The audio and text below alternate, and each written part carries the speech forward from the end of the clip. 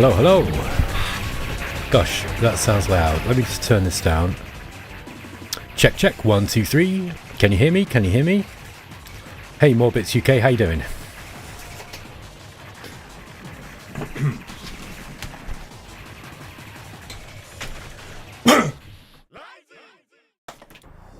Sorry, I'm just getting set up, folks. Okay. Morbits UK says very well, thanks. Hey, good to hear that, man. So, don't worry, I'm not going to be playing shmups all night, but I want to just jump in and play some Battle Garega just for 5-10 minutes to warm myself up before we get into strategy game stuff. And I think it's good for you guys to see some different stuff from time to time as well. As I don't just play strategy games. In fact, at the moment, outside of work, I really do not play any strategy games. It's one of those things that I just don't want to be doing at the end of a day's work, to be honest. But that will likely change. I kind of go through phases. Just remember which key it is to add credits. Oh, I see what I've done. Let's just make sure we've got the... Okay, there we are. All right.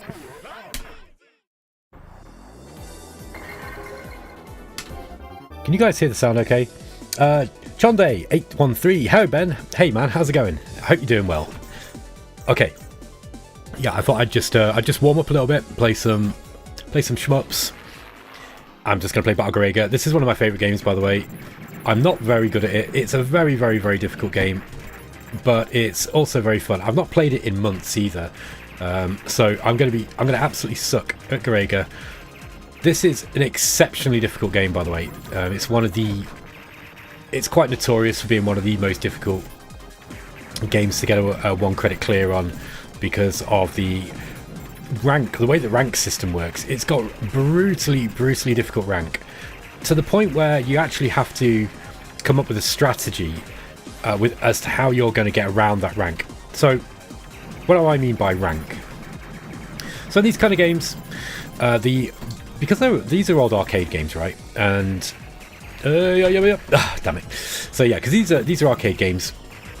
The more power-ups you pick up in shmups, generally speaking, if it's got a rank system, the more difficult the game gets. So the bullets tend to shoot at you faster. Sometimes the enemies will shoot out different bullet patterns, that kind of thing.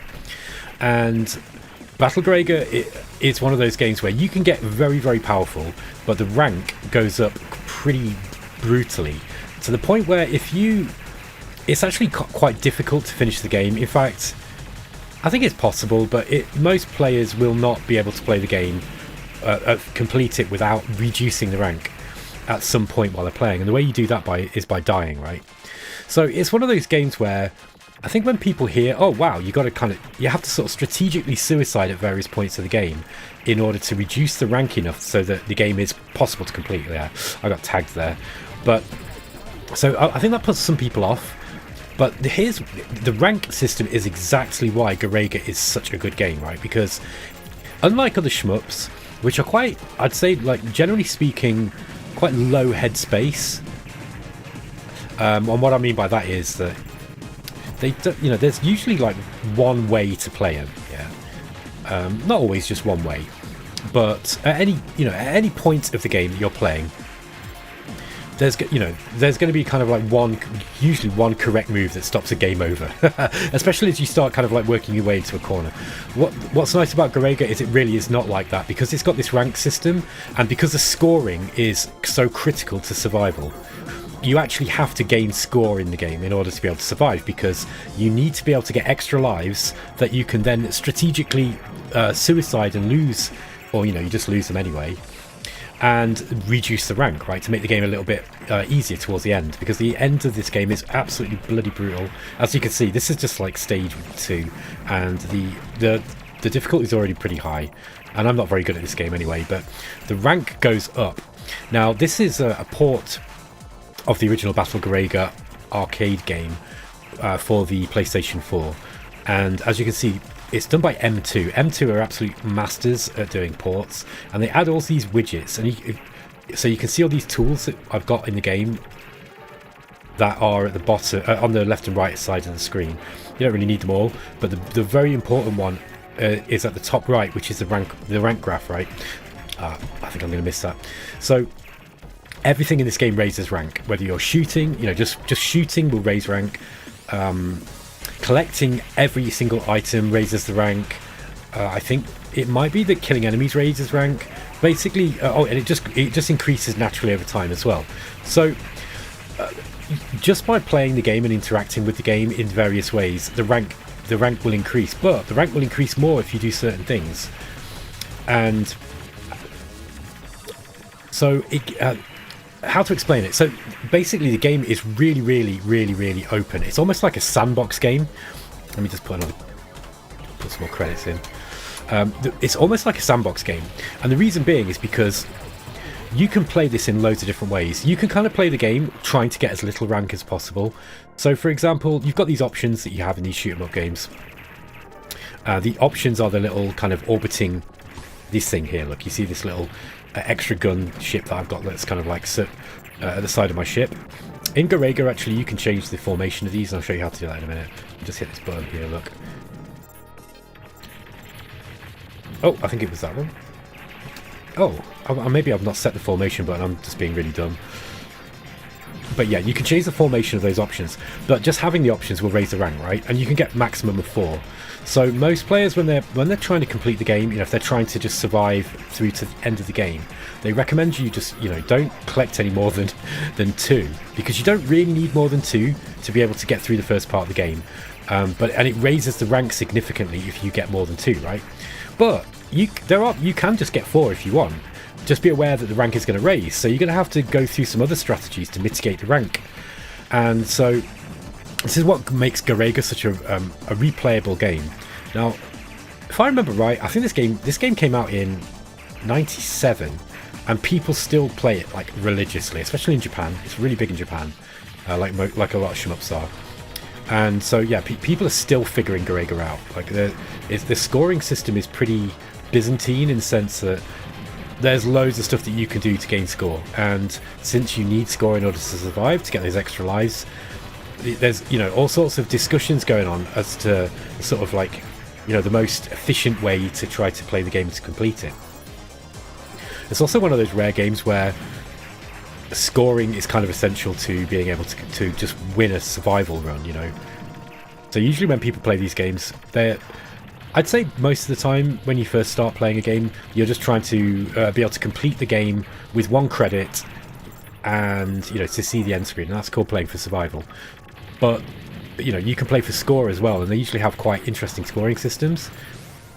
Especially the newer games tend to have very, very elaborate scoring systems. Okay, I died again. But Greg is really, really cool because there's so many different ways to gain score, and there's I should have got that big bomb. There's so many ways to, kind of approach reducing rank and, and thus managing the difficulty of the game. It's just endlessly replayable. There's like loads and loads of different ships to play as well. I don't think I've actually. Let me just see if I can. I think I messed up here, and I didn't set an option formation button. Oh, why have I got that there? That was dumb. So we want this one here as my option formation. There we are. I'll just come up. Morbits is saying, Rich V is saying, hey Ben, hey man, how's it going? And Bilko's also, So Morbits saying, not much is happening. I see progress with Elemental and Galciv 4. Had an update a few months ago, but that's about it. Yes, lots of good stuff going on at Stardock at the moment. I can't really talk too much about work stuff because, I'm kind of NDA'd. But, yeah, so I guess the big thing that we've got coming up is going to be on Monday. Got some interesting stuff coming on Monday for you guys to check out. Now, I was actually hoping to be able to show something off today, but actually the embargo's not up yet, and I was mistaken. So I actually put a message out at work saying, hey, I'm gonna play this, and they were like, no, no, you're not allowed to play that yet. You gotta wait till Monday along with everyone else, Ben. So I thought, oh, okay, right, I'll use today as an opportunity to play something different.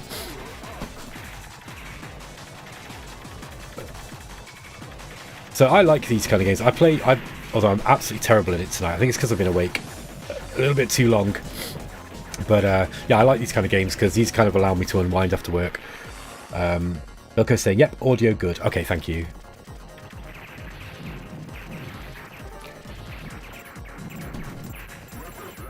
Yeah, this is a game that you are not recommended to try to, you know, go for a 1 credit clear if you've not finished other games. It is very, very difficult, and so that's why I just play this one for fun. I'm not trying to get like a 1 credit clear with this game yet.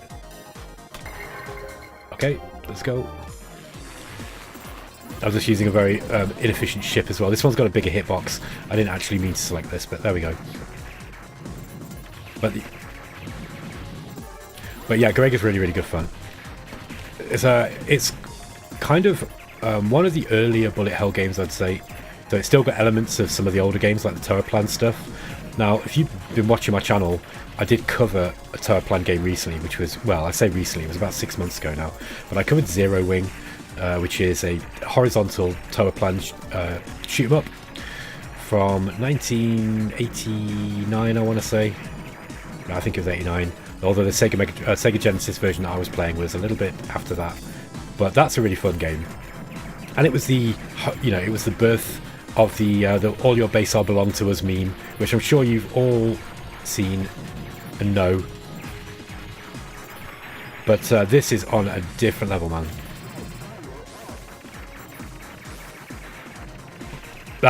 Yeah.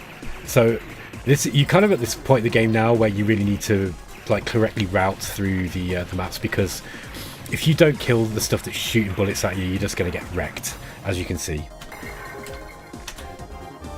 So I am a casual Battle Garega player, I'm afraid. So do not expect top level play from me, because you will not get it. I'm starting to get good at some shmups though.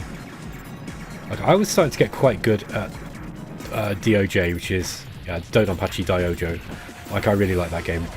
But so that was one I was starting to get close to being able to do a 1cc, and that's a hard game as well. But it's been a while since I practiced that, and unfortunately, because I'm stupid, I stopped practicing, and then I'm kind of out of practice now. And that's one of those games that you've got to keep playing it, man. Okay, let's just change the options here, that's better.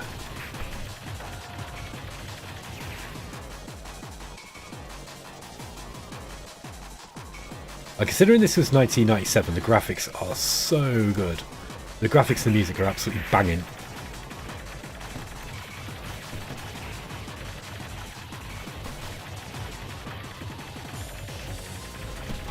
So you guys can't see, but I'm actually playing this with an arcade stick. I've got quite a fancy arcade stick that I bought for playing fighting games. So when I was really into playing Tekken, I bought this arcade stick. And it's got way more use now, actually, now that I'm actually using it to play arcade games. Oh, that was very, very dumb of me.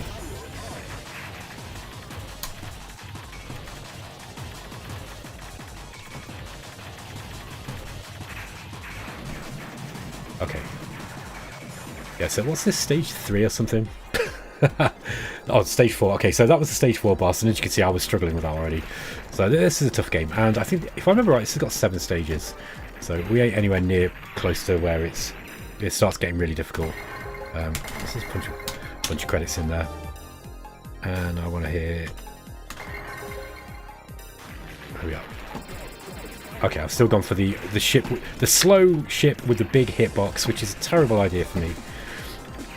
After I've played a little bit more, by the way, guys, I'm going to jump in and start looking at some stuff on Steam, because I haven't really had much chance to play anything outside of work recently. I've got some games that I want to look at, and you guys can watch me check out these games, and I'll have a bit of a say about them. Now, one of them I might look at is going to be Menace. Now, I've played a little bit of Menace, and I am not as enthusiastic about it as everybody else. It seems to be one of those games, classic hooded horse game, where it's come out, everyone loves it, nobody seems to be criticising it in any way, and I got some issues with that game. However, I do think it does look like it gets really good. I just think it takes too long to get good. And maybe it's playing games like this that have kind of spoiled me a little bit, but I kind of need games to be fun quickly now, and I find Menace just way too slow at the start. But we'll see. It might just be me not really getting the game. Also, there's a game that I want to look at called Astro Protocol, which is a game that's been made by one of the guys from the BATTLEMODE community, who's been... I've been talking to him for ages about gaming. He's a member of the community and we talk about stuff all the time. But he's finally got his game to a point where it's out and released. And I understand that my buddy Daz Tactic has been playing it and he really likes it. He reckons it's really good. And it looks like, you know, it could be a good fun game. Okay, I'm getting into a bit of a rhythm here with Garega. Now, the game is going to get much more difficult soon, I think. Because this is an easy part of the game. Okay, I missed a medal. That was dumb, but I might get away. I think if you, providing that there's... So the yellow things are medals. Oh, fuck. Part of my language. So yeah, the gold things are medals, and they give you... they give you score when you grab them. Oh, look, so... and the more you get in a row, then the more score you get for each one. Now, obviously, score gives you extra lives, so you want lots of score in this. Okay, you can tell that I'm playing the ship with the smaller hitbox now, look, because I was able to just creep around that bullet, those bullets that were incoming there.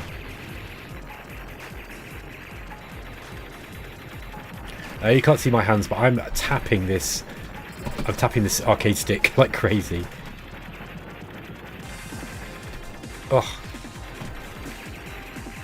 Now, one of the problems with the original Battle Garega on the arcade is the bullets were... Rising had the genius idea of making the bullets look realistic, so they were really hard to see. And I think that was the big problem with the game. If it wasn't for that problem, this would have been the perfect shmup, like one of the best. And I still think it is one of the best, but M2 have now put in the options so you can actually see the bullets. So I've made them like this kind of pink colour or whatever it is. Yeah, so you got blue, pink, all these different colours, and they're so much easier to see than they were. Before they were kind of grey. Oh, God, this mad ball thing's so difficult to kill. There we go.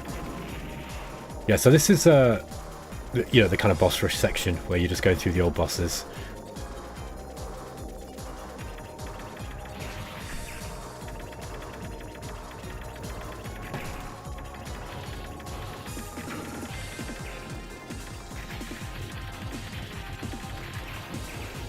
Now, I have no idea, by the way, this is further than I usually bother playing in Garega, so, I mean, obviously I've kind of like pumped credits into it just to be able to see the ending a few times and playing it through. But when I tend to play these games, what I'll do is in a game session of playing a shmup, right, I will turn it on and just play from the start and see how far I get. Then what I'll do is I'll do some practice on one of the stages that I find difficult. Oh God, like this for example, and then I'll just practice over and over on one of the stages. Okay, we've got an option there, which I'm going to want. Now, because I keep dying, the rank has gone right down, look. So usually if you're doing a 1 credit cleared attempt at this game, your rank is going to be sky high here unless you've been strategically suiciding. I'm just going to play a few more credits and then I'm going to put this down because I want to just chat to you guys and I can't really talk to you while I'm playing. No, I think this is a notoriously difficult boss.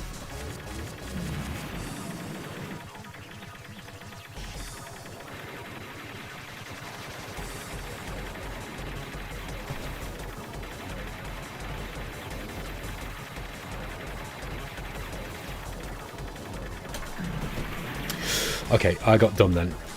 So I'm going to use my bomb.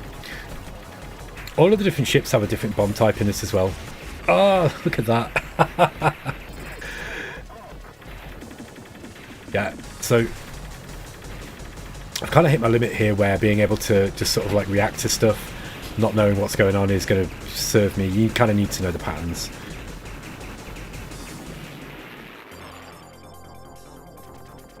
When is there going to be a battle mode Discord? There is a battle mode Discord, but honestly, I use it just for me and my buddies at the moment, like for my gaming group. I have considered opening a Discord channel. The problem is with Discord... Oh, I missed that. The problem is with opening a Discord channel to the public is I'm going to monitor it, right? And I already don't like telling people, you know, what they can and can't do and say, like... Because, you know, every now and again, I get people of all different sort of political persuasions and stuff on my channel, and they'll start arguing about this or that that's going on, and I'm just like, guys, I don't really want to tell you can and can't say stuff, but can you fucking shut up? Like, you know, just you know, and once you start censoring what people say, it becomes a game that you can't, you know, it's very, very difficult to stop doing. So I'm a little like I'm kind of thinking about it. I tend to use Explorminate. The thing is about Explorminate though is yeah, I'd say the character of Explorminate's changed quite a lot in recent times, and so yeah, I don't spend as much time on there as I used to, so I might do. I think, like, you know, what I'll probably do is just, you know, maybe I'll make a, you know, a Discord channel, and then just be kind of selective about who I like, who comes in. I don't know, but then, you know, even that's got its own issues, right? Look at this. Okay. Okay, I'm not even shooting anything, look. I'm just dodging bullets for the sake of it. Here we go. That's right. Let's get in here. God.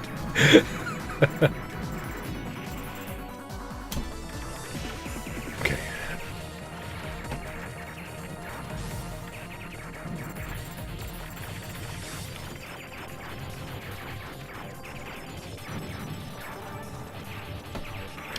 Okay, I chose the wrong moment to try and cross over there.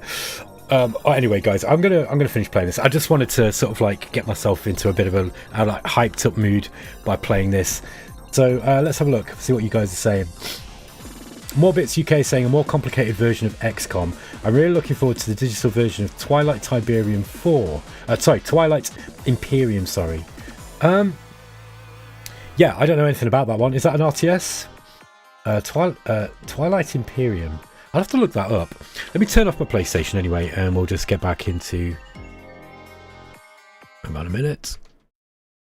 Oops, you probably shouldn't turn it off then. Oh well, never mind. Probably just deleted all my saves.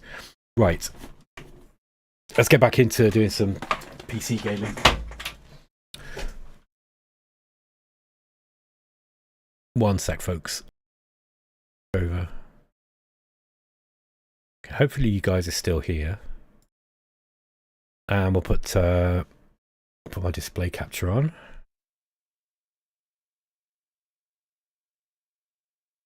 Okay. TI4 is a 4X board game. Alright, okay. I'll have to look at this. Rich V saying, totally get it, but regarding gaming, I constantly want your thoughts and opinions on stuff. Oh, I really appreciate that, man. I don't know why people care about what I think. It's funny. But yeah, I mean, what I'm hoping to do with the channel more is now, rather than just play games, is sort of do discussions on games design. It's really what I want to do. I just don't really have time at the moment. It's difficult to get time to do it. You know, because I kind of need to be hyped up and you know, like lively when I'm talking about this stuff. So yeah, let's have a look at Menace, because Menace is a game that I want to like but don't much. But I keep being told by everybody that, you know, you need to check out Menace. It's really good.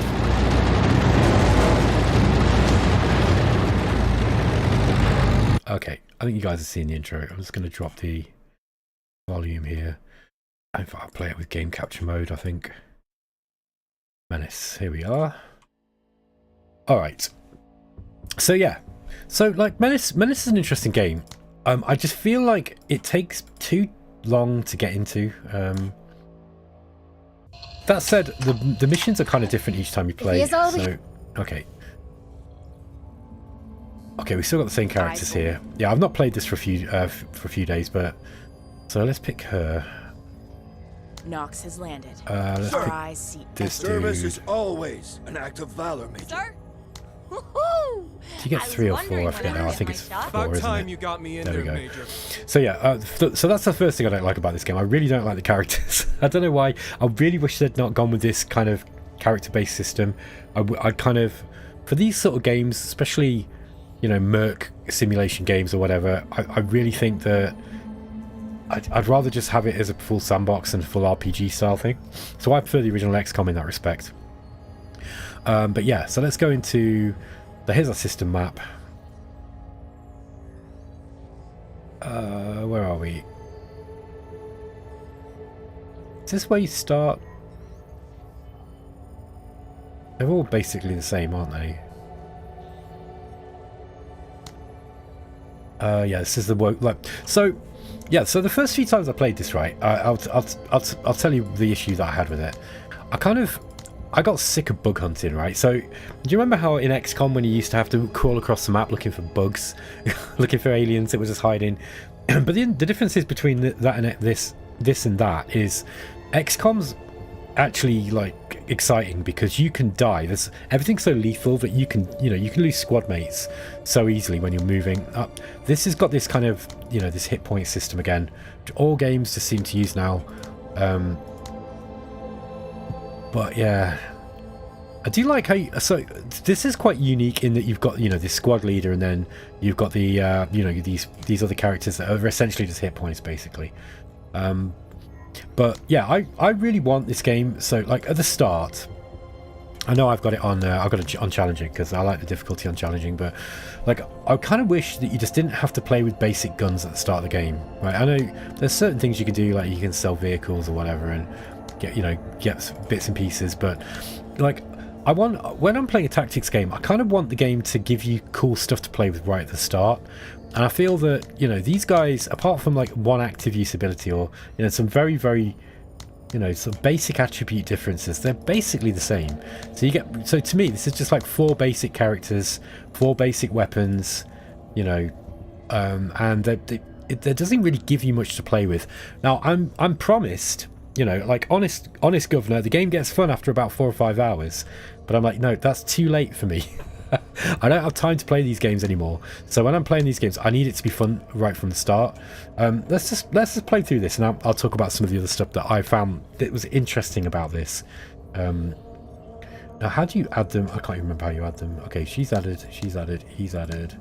Okay, they're all added. How do I start this again?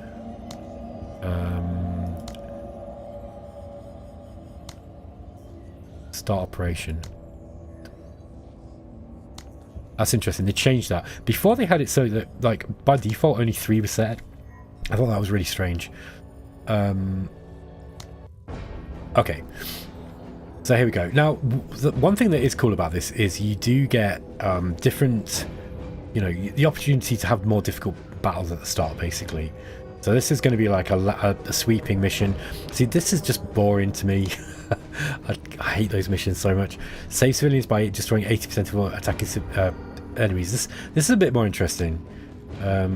What else we got? Prevent enemies units from entering the target zone for too many rounds. Right, this one I'm going to play this because this one might actually be exciting and I might die. Now, am I allowed to play that yet? No, I can't. I've got to play one of the boring ones first. Okay, so here we go. Sweep the area out of 70% of the aliens. Most of them are in this direction. So, I mean, I probably want to kind of go this way, right? Let's try this. Bilko is saying, I started playing Songs of Six. I find it very relaxing. Oh, hang on. What's the problem? Saying I'm not using all my loadout. Oh yeah, okay, so we've got ammunition and stuff we can add. Now there's probably other stuff you can add if you go and mess around in the black market, but I am too impatient. There we go. Oh, it's this. She's not got it.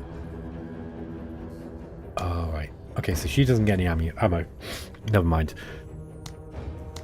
Alright.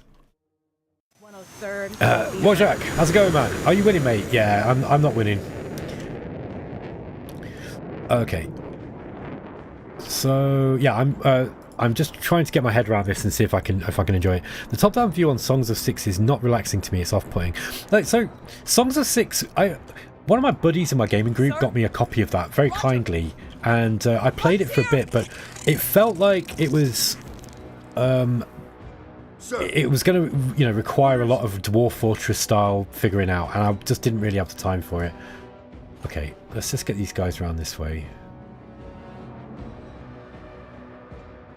Can we shoot here? No.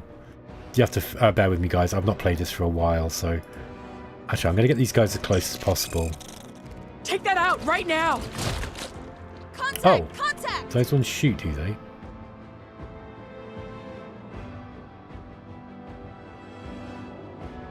Let's have these guys moving a bit closer together. And... Is it one? Isn't it? Contact! Okay, that's not going to do much. Let's get them sitting in the... Now... So, right, here's some criticism I had about this game. You are sort of encouraged to kind of move in whatever this is called, deploy, right? So you're kind of encouraged to deploy all the time because you get such a big bonus for deploying when you're fighting stuff. The problem is... Oh no, these guys. Oh, I thought these were selected. What a dumbass. But because you are encouraged to deploy, it kind of really slows the game down in a big way, man. Like, so you sort of... Yeah, I don't know. It doesn't enforce, like, the time limits. I think if the game enforced the time limits, it would probably be a better game, because that way you wouldn't be just encouraged to slowly crawl across the map, sneaking, you know, edging forwards bit by bit, which is kind of seems to be the, you know, the... Yeah, it seems to be kind of the meta at the moment. Is everybody creeps across the map. Major, conditions are worsening down here. This is definitely more difficult than it was when last time I played it. I wonder if they've put the difficulty, or whether I'm just getting a better game this time.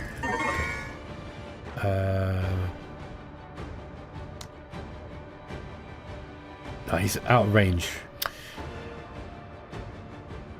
I think we're just going to keep shooting those. They will come back. Alright, those ones are wavering now. Wojak says, I like how it slows the game. It is supposed to be wanting to be realistic-ish, which promotes slow, methodical movements. Yeah, I see that. I get that. The problem is, I just think that for the kind of tactics game that it is, I'm wondering whether that's actually a good choice or not. Oh, I'm in trouble here now, look. Let's do this. Okay, we lost a squad mate. So, for example, like, if they're going to be realistic, there doesn't seem to be any penalty for shooting through range. That's it, Marines. So, yeah. Okay. The other thing is that F being end turn is really bad for me. I think one of the things that really bugged me about this game when I first played it was because F is end turn, right? And I've already got that in my mind for speed up or something, or fire in some other game. So I think it might be Conquest of Elysium, F is speed up, or Dominion's one of them. So I found that I kept doing that. Oh. Okay, these are crawl. Yeah, okay, I see. So they're going to have to crawl because they're pinned down. Alright, let's just move. Let's keep them where they are. Reporting KIA! Sir. Okay, now are you within range to... No. Okay, let's move you. Got 80 left. How much does this cost? 60.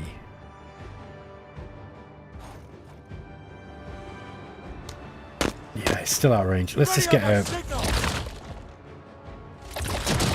Okay, that's interesting. Hold tight. The other thing is, I don't think I understand how the unit ordering works. Who gets to shoot? Hoorah, Marie!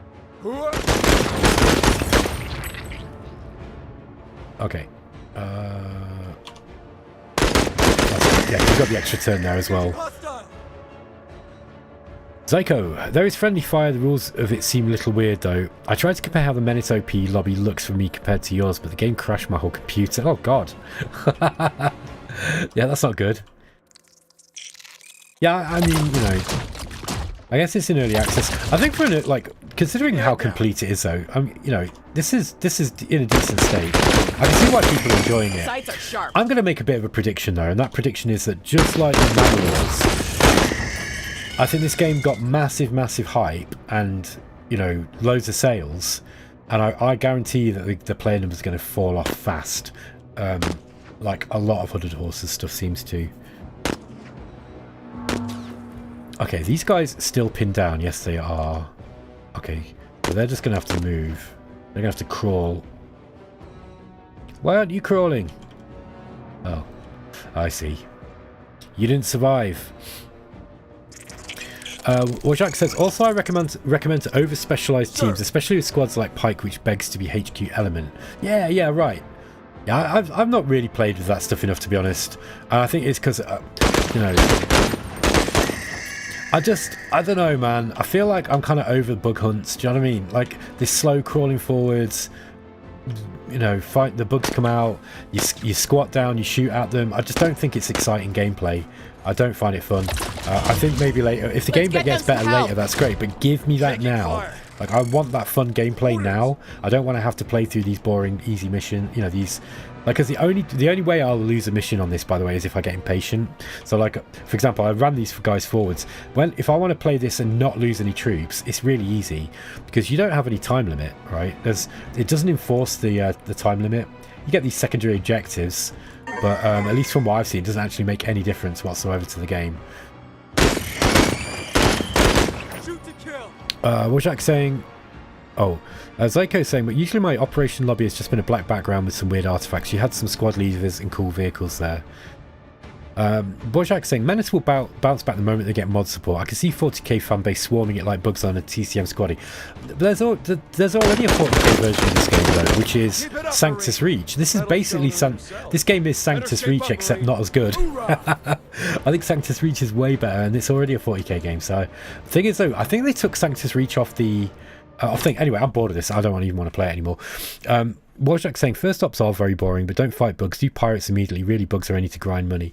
Yeah, look, why is it there then? Just don't put boring content in games, man. Like, it just makes me not want to play the game.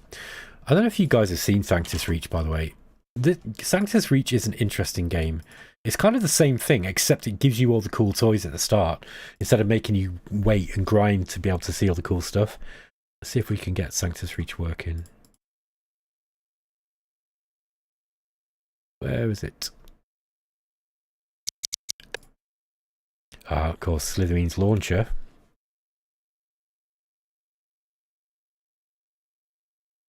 Sorry guys, just bear with me a minute. Whoa, it's loud. Okay. Brothers of the Eight, exterminate the green-skinned vermin.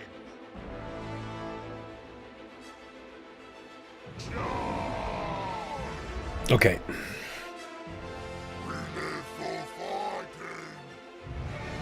Hello. You guys can't see anything, can you here? I wonder what's going on.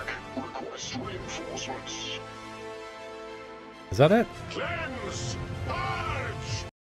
I think it's because it's doing that very, very old school cinematic intro. And the game does not like it. Okay. Alright, there we are. So I'll show you Sanctus Reach. This game's good. I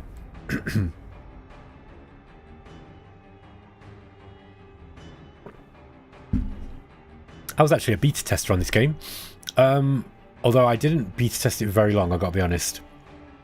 God, that music's still really loud in my ears. Okay. So this is the sandbox mode, yeah, alright. Let's just put it on a medium-sized map. I'm going to play Space Wolves. Enemy size can be orcs.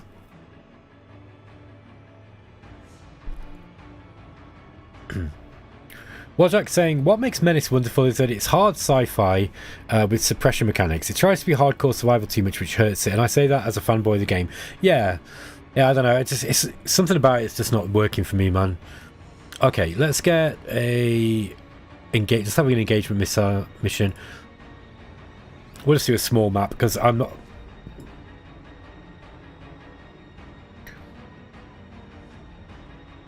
So I'm going to just drop this volume a little bit. Yeah, so like if for those kind of games, I do like them, but I think that they need to give you cool stuff at the start, right?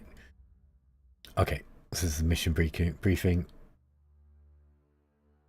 Okay, so we start on this side. Orcs are on that side.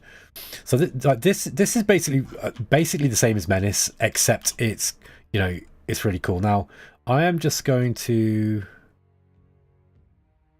Oh yeah, we need to pick a force. Okay, let's get a bunch of blood claws. I want Terminator sound fun.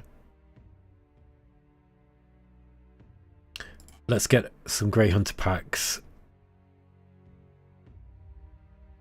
Which ones are the Swift Claws? In fact, we don't want that many Blood Claws, because those are the, if I remember, those are the assault squads, aren't they? Space.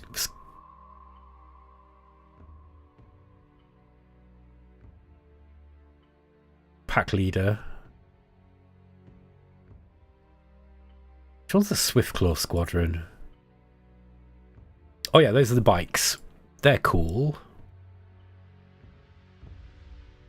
In fact, I might drop one of these off. And we'll grab the Dreadnought as well.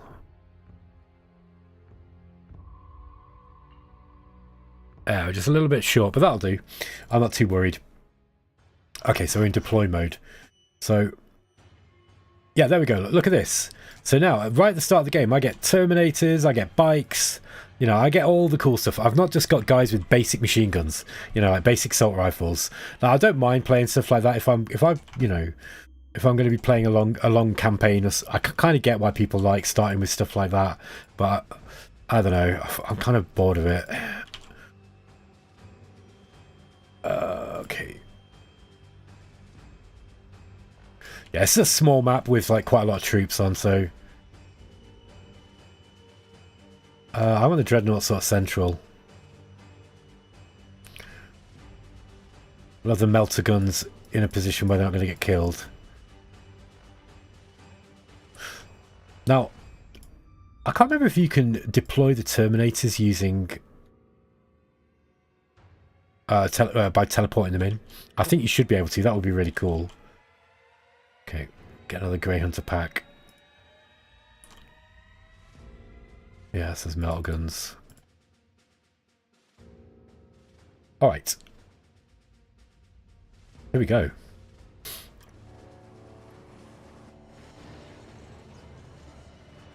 Vash, hello man, how's it going?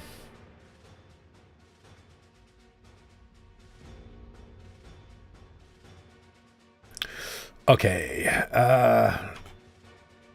okay, we need to see some scouting. Let's send out some bikes. Yeah, we're going to grab a victory point on the way.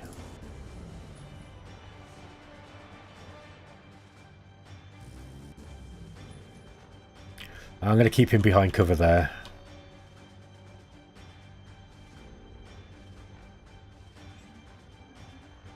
Okay, now that's using all specs. Ah, there we are. We've got a war buggy there, look.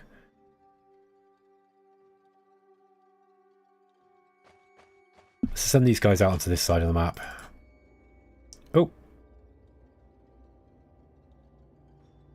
Yeah, so that's setting their reaction arc that way.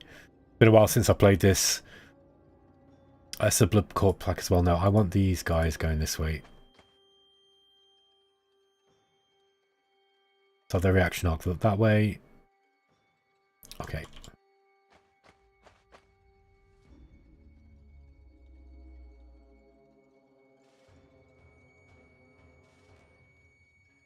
Any of you guys played this, by the way?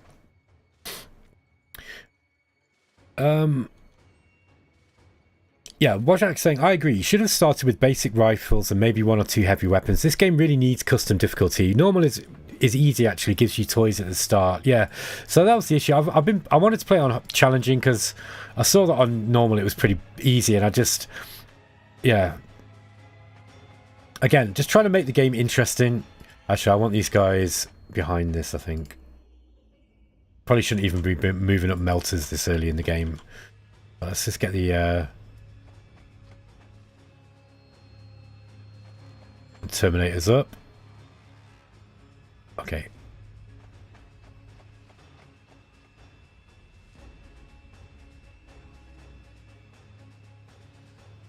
Now, I forget if there's a way of using... I think they just use their action points for Overwatch.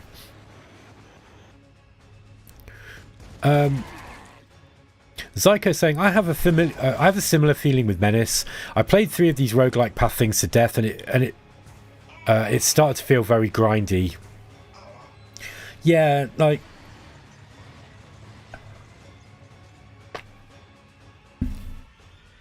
I think I'm experienced enough now with games where I can kind of get an idea of what something's going to be like from the first couple of hours. And I know that's, you know, you shouldn't really judge games, you know, like that. I will. What do we got here? Storm Boys and Deathcopter with a custom Mega Blaster. Good lord. All right. So we probably want the melter guns up to deal with that.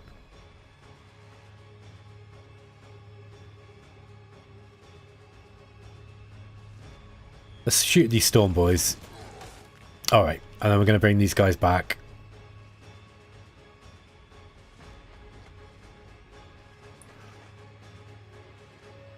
Okay.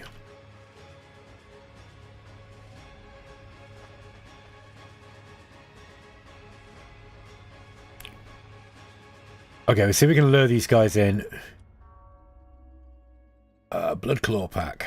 You see, I'm immediately having fun playing this, yeah. Whereas with Menace, I just feel like crawling across the map, shooting with my gun. Oh, the enemy's got tons of hit points, so I'm having to shoot it 15 times for it to die.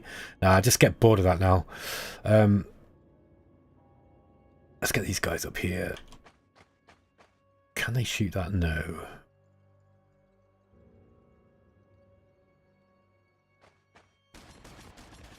Okay, they did get a reaction shot off there. Here we go. Melter gun. Bang. And again. Okay, that's going to die. This doesn't have anything on this side.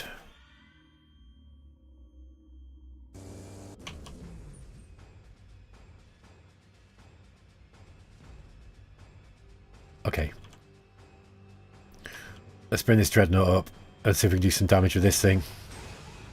Ah, now this is a close combat with Dreadnought by the looks of it. Still. Okay.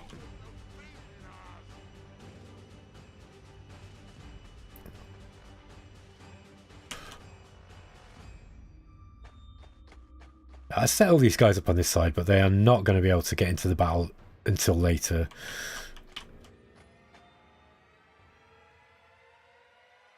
Okay, we've got a Blood Claw pack here.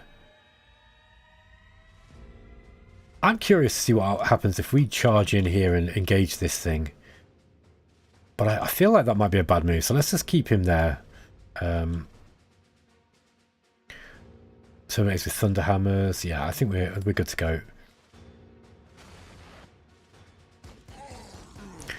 Okay, those guys charged in and got shot down by suppressing fire. Oh, awesome.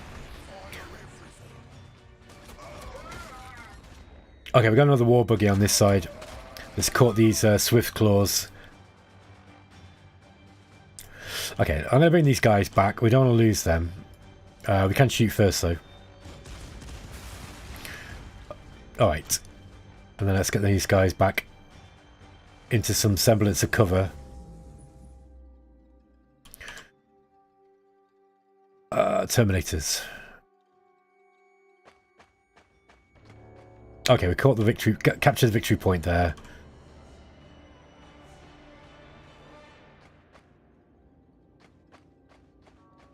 Anything over here? Doesn't look like it.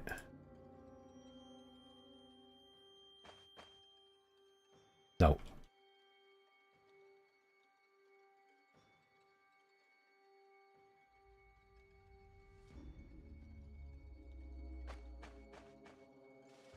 I want these guys out. Moving up. Ah, we've got a pain boy there. They're out of range though. Vash is saying, good, how you been? Yeah, I've been good, man. I've just been busy at work, really. But, yeah. Everything's good. Well, Jack's saying, gotta go. Need to test that new Air VR simulator from Gaijin. Okay, man. Take care. Zeko saying, is there some kind of campaign in this game? Yes, there are. There's multiple campaigns, yeah, and I think they had some DLC that added some new campaigns too. Anyway, I'm actually gonna so I just thought I'd show this and show this is basically Menace except fun. This is what Menace wishes it would be. I think that, like, you know, I don't want to have to mess around, get into... Now, obviously, what Menace offers over this is a roguelite style campaign, and that's pretty cool if you're into that kind of thing. I'm just not that bothered, really. I think I'd rather just play a good, you know, solid tactics game like this, where I'm immediately just having fun, rather than having to wade through hours of boring stuff. Anyway, I think I'm actually going to have a look at another game now, which I've been promising to look at. Let's just come out of this.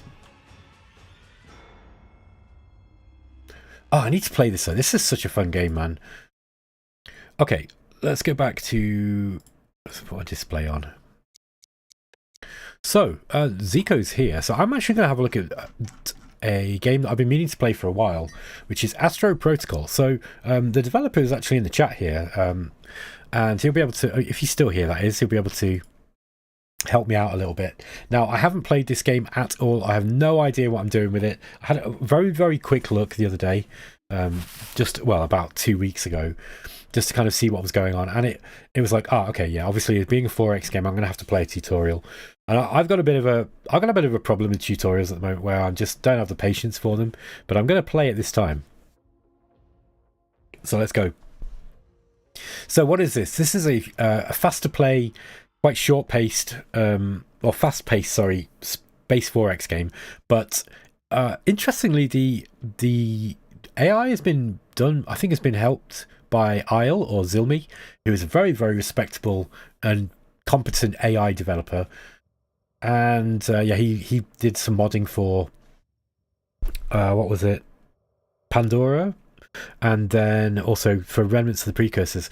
Remnants of the Precursors is one of my favourite games, and he did a really good job of that. Although I find Zilmi's AI just a little bit too brutal. It's not really my cup of tea. I prefer the original. However, he made a really good job of making a very scary AI. Edward Lucy, hello. Saw you alive. Just wanted to say hi. Missing your Shadow Empire playthroughs. I haven't been able to see one in a while. Yeah, I was playing Shadow Empire a little bit around Christmas when I had some time off work, but Shadow Empire takes all of my attention, right? It's one of those games, but at some point in the near future, you know, we've got some new content coming in for Shadow Empire, so I can't talk about that too much, but yes, there will be Shadow Empire stuff coming up. Okay, so Zyko says, is one of the menu icons cut off in the top left corner, or is the video cut off? Oh, it's the video. Let me just figure out what's going on here. Why is the display capture? Does that look better? I think that should be right. Okay. So, welcome to Astro Protocol. This tutorial will teach you how to take control of the protocol before the Great Calibration. Alright, to progress, hold Shift to lock tooltip and open a tooltip inside another tooltip. Okay, so we've got nested tooltips. Okay, and it's got the kind of Galsiv system of tooltips. The cyan pattern around the map marks the edge of the map. Okay, there we go, that's the edge. The tutorial starts here on a small map with no opponents. As you progress, the map will expand and enemy factions will be introduced.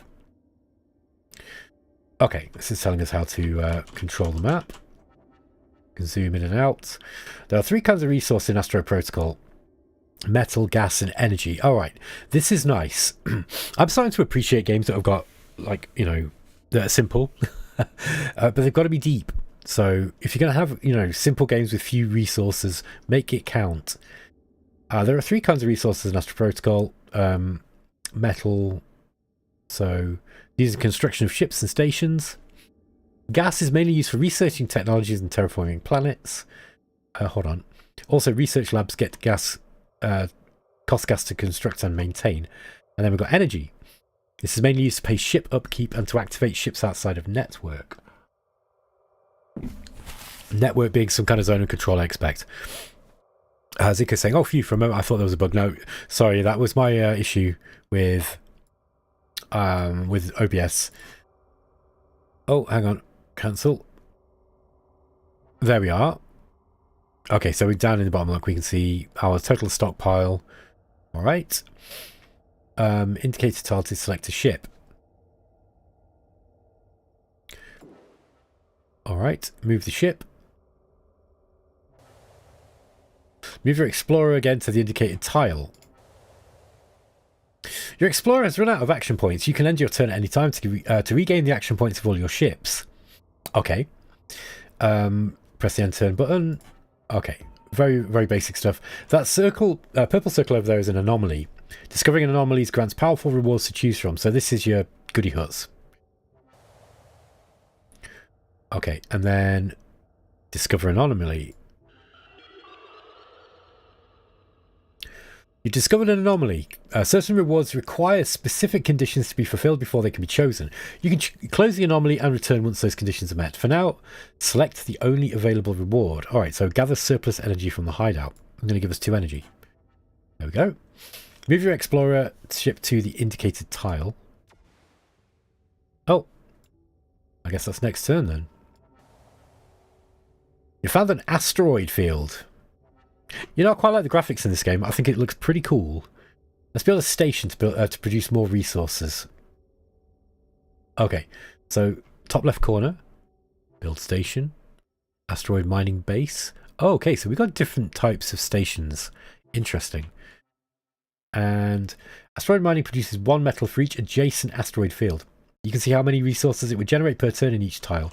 So yeah, this is going to be the one to build. It's been built, but it's currently inactive and will not produce anything. End the turn to activate the station. Okay.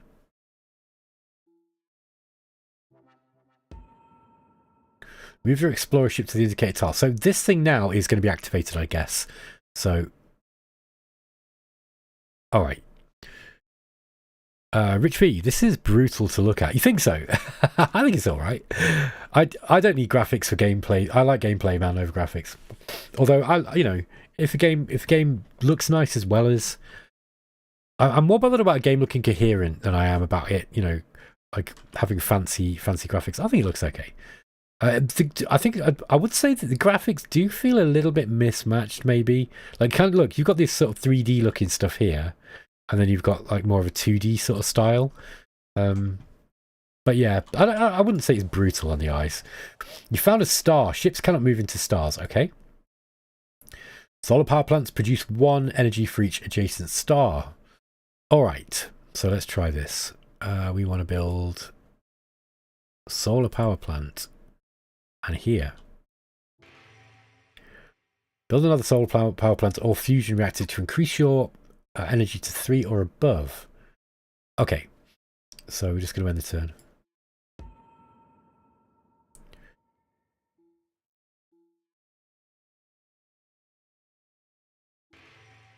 Okay, so I'm going to build another one there. And then we just got to end the turn. Alright. Planet you control. Extend your network to the radius of your network range. Okay, simple stuff. Stations can only be built within your network. This is the network here. I see. So I've got this visual indicator. Oh, that's pretty cool. Let me just go back to what that said again.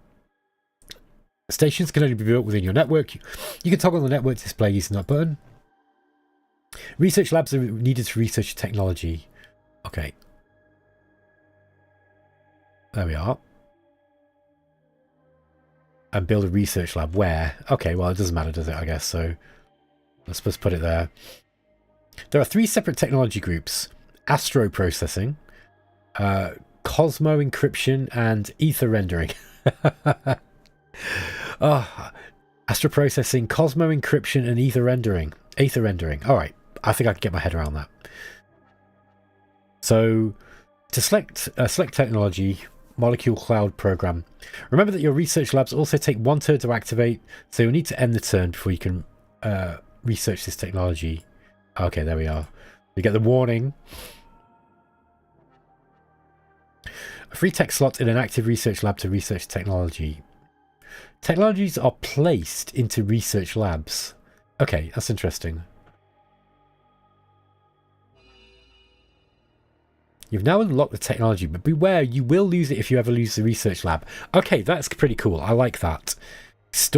Having research... What other game does this? Emperor of the Fading Sun. That's another one where the research... Oh, hang on. No, research isn't stored in labs. I think that was something that that we were talking about getting that added to the game, but the consequences of it would be quite interesting. But you, in that game at least, when you get research, you pay a cost for it, like a upkeep cost, and yeah, like research. How does labs work there? They actually decrease the amount of time that it takes to research stuff, but research is kind of tied to specific labs somehow in the game files, I think. Okay, build a starport.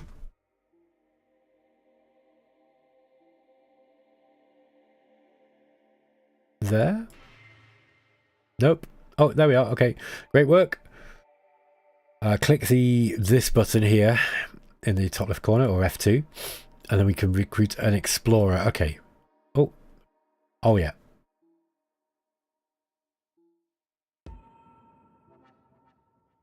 Okay. Click the starport in order to build the explorer there. There we go. Every ship costs 1 upkeep, energy upkeep. If a ship is outside your network, its first action each turn also costs an energy. I like that. Very, very cool. Move a ship to the indicated location to find a new planet. Okay. Let's just move this guy.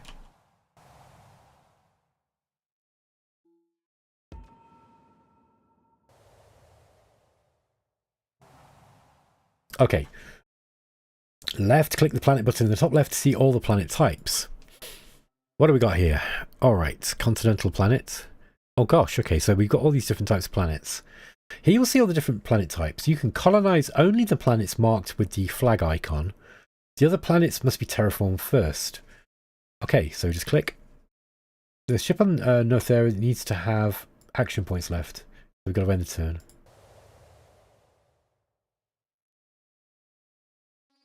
Yeah, okay.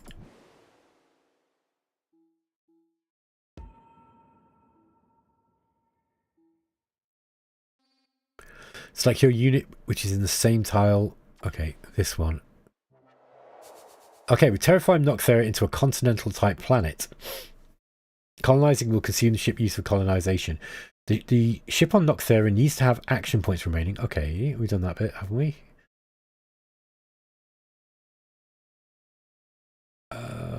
Wait. Didn't I already do that? No. It's asking me to click. Oh, I can't colonize. Maybe I've already done this. Okay. Left click that one. Oh, there we go. Alright, so first we terraform, then we colonize. The farther the planet is from your network, the more energy it costs to colonize. As United tell us, you have the core network planets upgrade. Colonization always costs at least 5. Okay. Different types of planets produce different resources or may provide other benefits. Hover over the planet types to see the production values and other benefits. Okay. Okay. I can tell already from playing this that this is going to be quite fun to play because it's going to be quick, right? It's going to be a quick to play game. And I think this looks like the sort of thing that I would be well into at the moment. Continental planets increase your gas income, but you can build gas extractors and hydroponics farms to increase it further. Increase your gas production to 100. This will allow you to research new technologies faster. Okay, so are we doing this with the stations?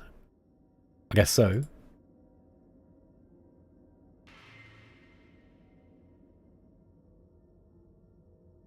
Sorry, that's the wrong one.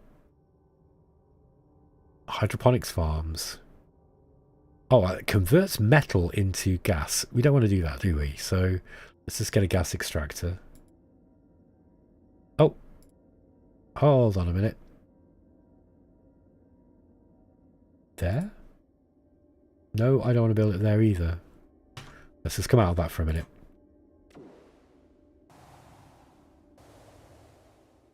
How do we do the... isn't this an anomaly? Yeah, it's an anomaly. Are we able to detect it? No, we can't. Alright, let's just build this then. I'm starting to stray away from what I was supposed to be doing. Alright. Massive drifting warship loses into the darkness of space. It's hull scarred but intact. Automated defenses still hum. Let's study the ship. A research lab with a free slot to place the artifact. Oh, okay. That one? Okay, so yeah, looks like we've got... That's quite interesting. I like how you've got a visual indicator of the slots. That's pretty cool. Okay, increase your production to 10. Yeah, so we need more of these things. I guess we're going to have to colonize another planet then, eh? Yeah, there's a gas giant. Let's just end the turn. Alright. Can we colonize? Let's just end the turn because we need action points. Select your unit, which is on the same tile. There we are.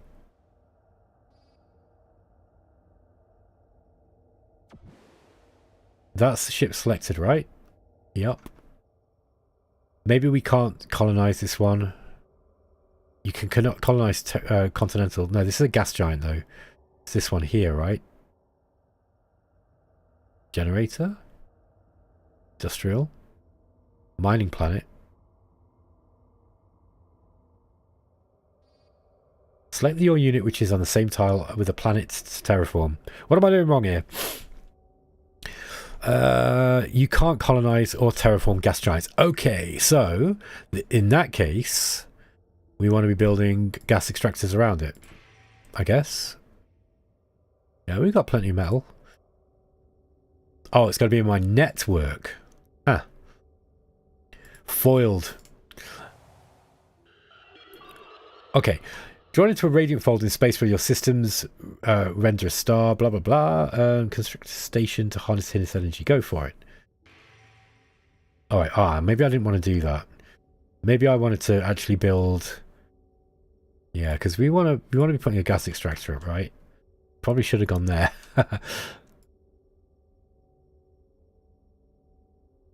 Yeah, I think I needed to build it there. How many have we got? 7? Gosh, we need quite a lot of these, so I guess we're going to be... I guess we could build another ship, couldn't we? Build a ship. Show an active starport. Which one's the starport again? That's space. Gas extractor.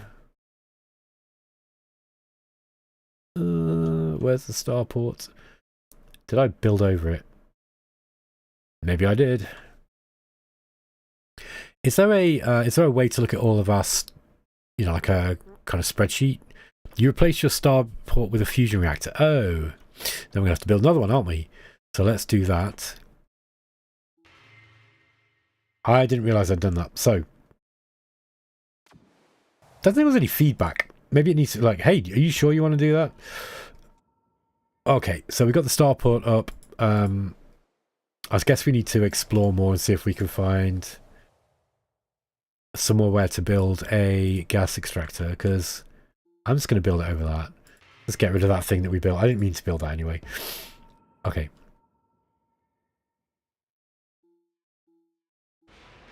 Let's get myself another one of these ships up.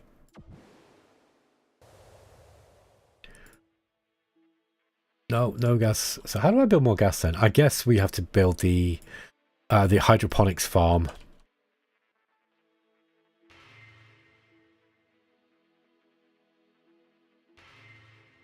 One, two. Yeah, we want one more.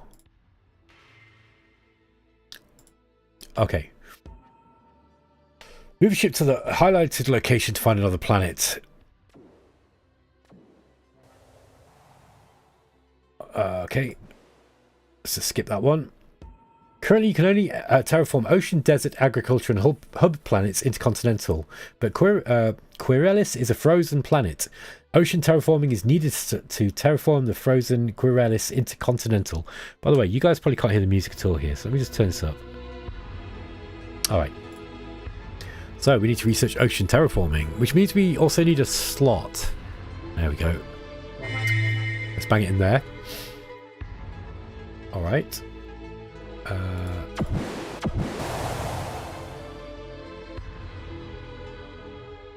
There we go. Terraform.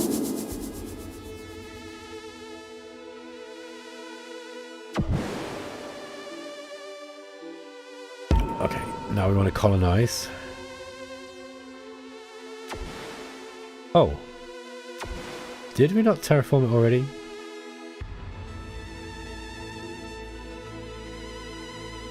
Planet is already ocean. Okay, so we've already done that. Can't colonize. Ah! Wait. So we need to be...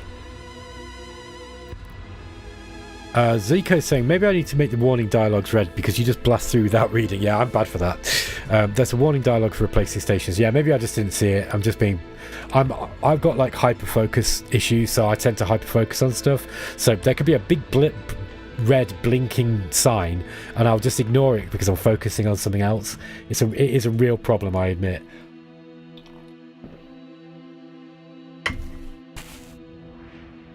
Like I've had it before where I've made a video at work and there'll be some glaring error with it, but because I'm focused on something else I just don't see it. That only happened once, I think. Right, so what do I need to do here now?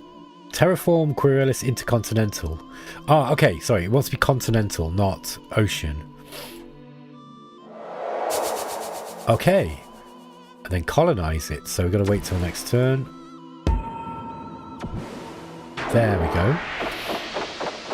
Okay, then we open up the scoreboard.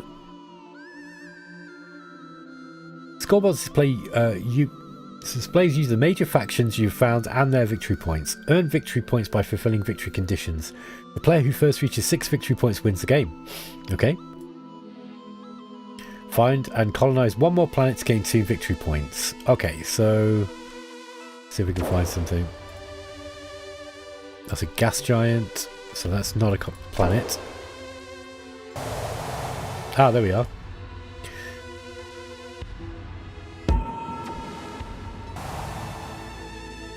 Let's have a look.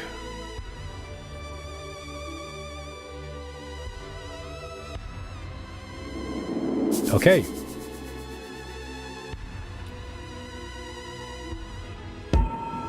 So, I think it's cool that you have to wait till the next turn to do a lot of stuff, because if everything happened on the same turn, you could get a lot of stuff done in one turn in this game, and it kind of makes you, it definitely makes you wait. I think that's interesting. Great work. Next, research cryptographic defense or drone spawning to unlock a new ship type. Okay, research. So we're going to have to build a new research station, I guess. Okay. Cryptographic defense or drone spawning. Okay, we'll just do that one. Okay, we've got to wait, of course, until the next turn. Okay, research the new ship. The Bulwark. And this is an extremely durable battleship with precautionary defense systems. However, this predictive measure comes with the cost of not being able to attack if the ship has moved. That's pretty cool. Select your ship and hover it over the stats icon in the bottom panel to see which each one means. Okay, so that's its number of attacks. Damage. Armor. That's its shield. Sensor range. Alright, this is kind of cool. Some ships' stats and abilities make them excel at dealing damage, while others are built to withstand incoming fire. Some are best positioned at long range, while others should avoid combat entirely and focus on exploring anomalies. Ships with higher damage are more effective against armor, while those with multiple attacks are better at breaking through shields. Okay. Each ship belongs to one of the 4 classes: Scout, Cruiser, Battleship, Carrier. Some technologies grant upgrades and abilities to ships of a class. Select a ship and hover over the ship class icon to verify the class. Okay. There we are. That's the battleship. We'll soon meet other factions. First, build more ships until you have 3 ships while keeping your income above 0. So, okay, let's build another ship.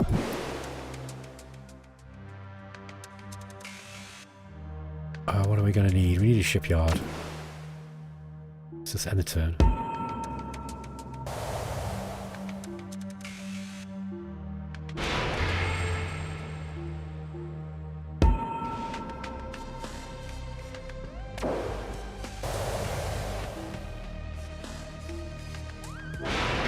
Okay. Now we're ready to meet a minor faction. So let's move one of our ships down this way.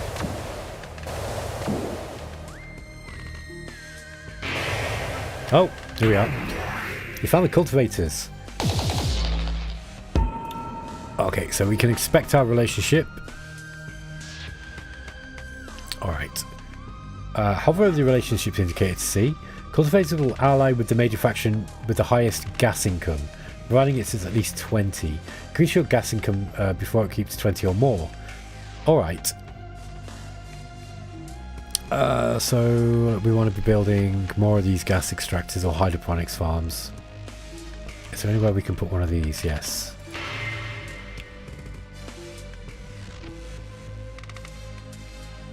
That's outside of my sensor network range.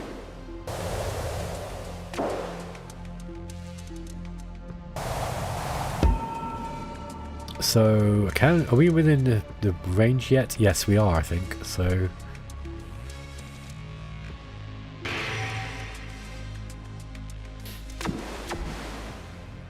Oh, you can hold shift to build multiple buildings as well.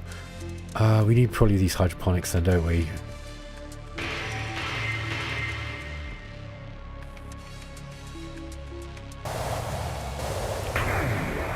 Oh, I need one more.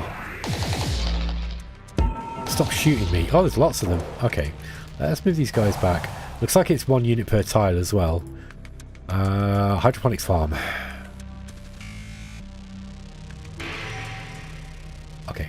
Great work. You're now allied with the cultivators and they have granted you the Cultivator Alliance upgrade. What does that do? Make your hydroponics farm no longer require upkeep. Okay, that sounds cool. They will no longer attack you and you will also be able to move through each other's tiles and ships without conflict, and you will also gain 1 victory point for a victory condition. Next, find an enemy major faction, your Mono Union. Okay, so we've got a scout.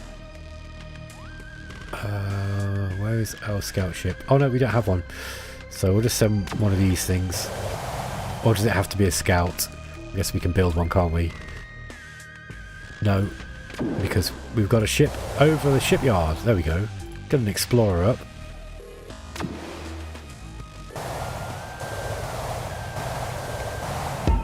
Okay. These seem to be healing on their own if I'm reading those signs right. Okay.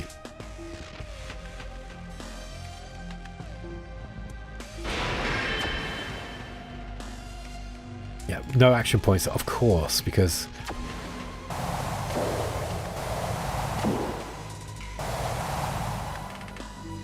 End turn. Okay, this is starting to look like a game now, Zyko. Oh, Isle. Hey man, how's it going? How much have I missed? Still tutorial? Yes, I'm just playing the tutorial. I've not... I had a look at this a little while ago and I thought this looks really cool, but I haven't got time to really get into it, which is hilarious considering it's obviously a game that's designed to be rapid to play. Let's find the next major faction. Yeah, okay, so we need to get these guys.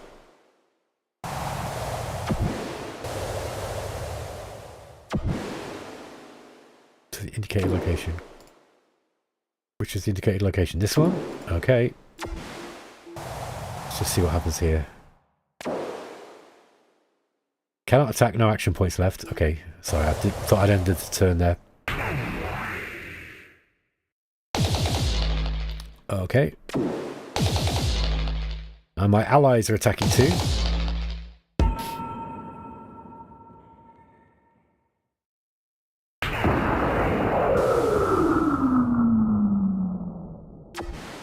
Let's just see what happens here.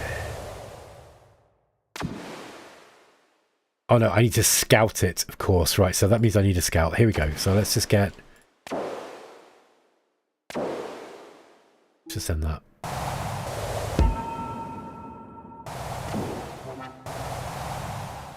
Oh, he's going round. I am playing this a little bit quick. I kind of want to get through the tutorial so I can actually play the game. I don't know if I'm supposed to be killing stuff, but it's kind of fun. Okay.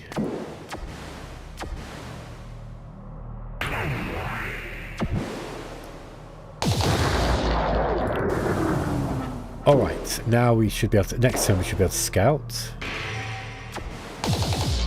Oh. I like how it's teaching you combat.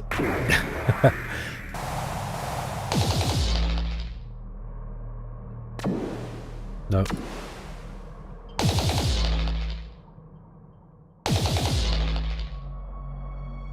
Finally exterminate the Yamono Union by moving your ship on their planet and pressing the exterminate button.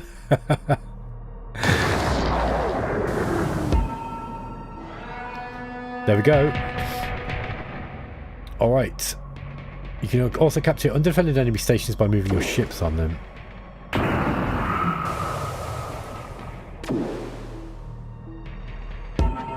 Okay. Tutorial complete. Training complete, Commander. You have mastered the simulation. Now it's time to face real opponents. Okay, let's see how this game works when I'm playing for real. So, new game. Yep, don't care who I'm playing as, so let's just pick those guys. I probably should play on easy A or moderate. And mind you, knowing it's Isle's been working on this one, it's probably really difficult. Okay, so I'll just leave it on. I'll just leave it all on standard, on default settings. Okay, what do we got? So we've got a scout. Hidden fleet. We could bribe them and buy their ship. What's that going to cost us? Cost 3. And we get gain a corvette. That doesn't sound like a good idea. Because do we need... No, we can do that. I think. Or we can just gain some materials. Teleport your ship to a target location up to 4 tiles away. Alright, let's just do that. There we go. Okay, so right at the start of the game we need to start getting some resources, eh? What do we want? Metal synthesizer. Converts 1 energy into... Yeah, we don't have energy yet. We don't want a starport either. We need to find some stuff, don't we? So... let's go through the explore side of the game. We don't have any adjacent stars. I've got asteroid mining though, so I should have done that early.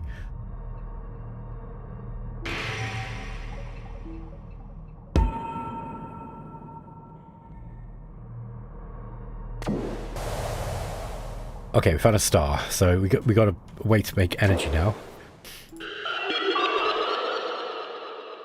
An ancient chemical plant orbits the gas giant. Its tanks are full of gas, but the reactors are heavily damaged but reparable, giving enough metals. What does the chemical plant do? For each adjacent gas extractor and hydroponic farm. Can I, if I come out of this, can I go back into it? Yes. So, oh no. Does that just close that down completely? Oh, okay. So what do we got here? Star.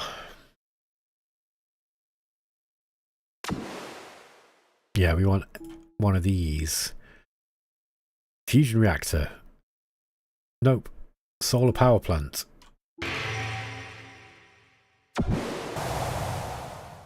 Oh, there's the gas giant. Okay. Nope, we do not have enough of anything.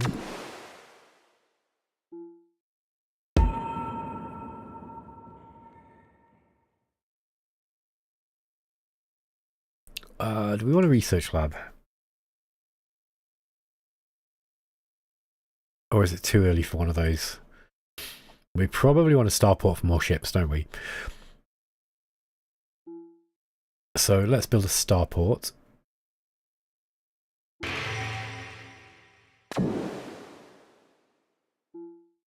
Oh, okay, I see. I see my mistake.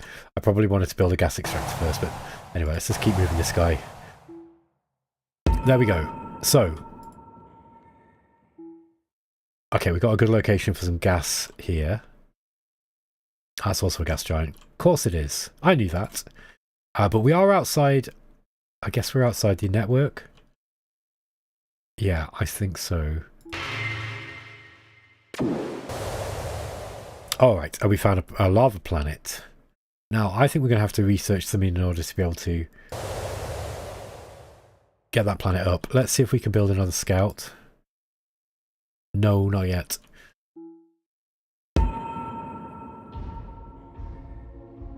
Okay. So, do we want another scout now, or do we want more income? I wonder.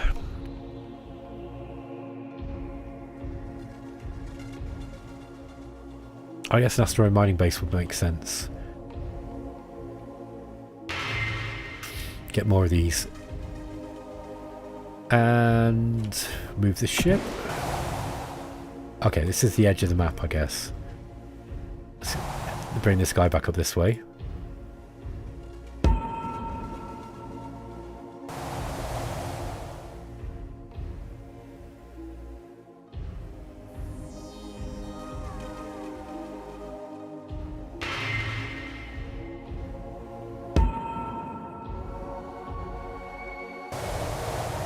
Ah.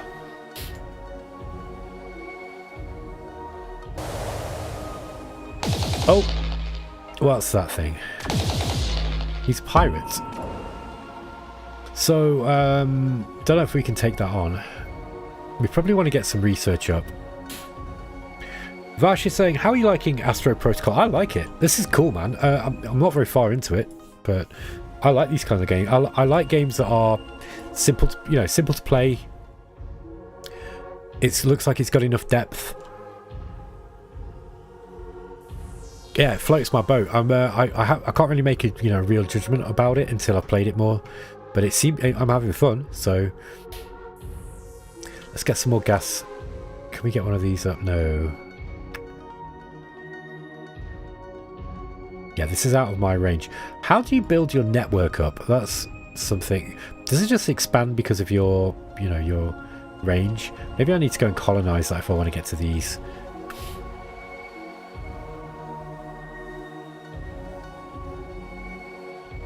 What else have we... Oh, what did I do there? I think I pressed the wrong button. Yeah, okay, we can't build any more of that. Okay, so we've got plenty of places building asteroid mining bases, but I think we probably want to get a new ship now, eh? So, did we build a... Yeah, we did. Okay, now we need more of the energy generation. Oh yeah, no action points.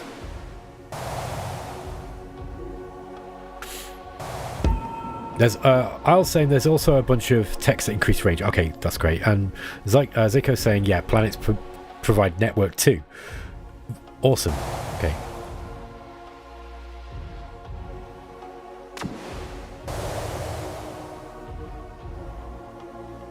Okay, so we have actually found a planet. Can we colonize that? I don't think we'd be able to. Certainly not until we've got more. Ah. Okay, so we found the minor faction. I guess the hackers are a minor faction. Yikes. Good grief. Let's just bring those guys back, because they look like... Alright. Let's keep away from them. Anywhere we could put a solar plant up. No, no, no, no, no. No. So, we need to colonize a planet. This one, though... Continental planet. Anomaly is detected. Okay, let's wait until the next turn.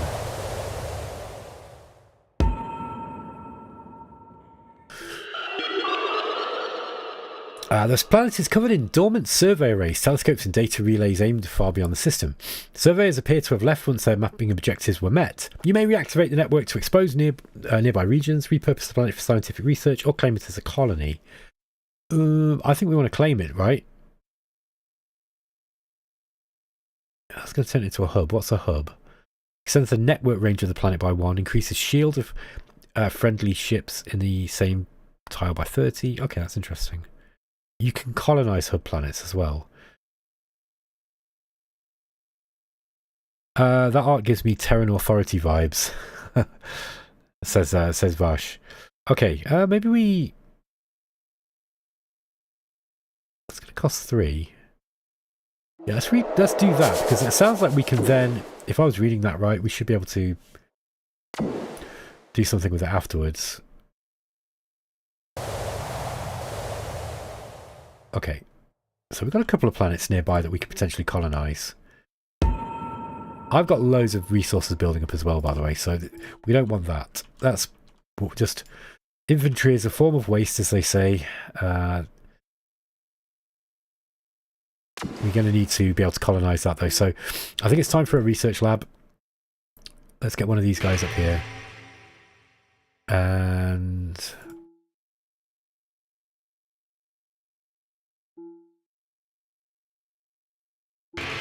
get one more of those up. Okay, and now we're going to colonize the planet. Okay, what have we got here? We've got a star here. Yeah, oh yeah, we've already got the hub. If we terraform it, so this is actually terraforming, not colonization. Ah, okay.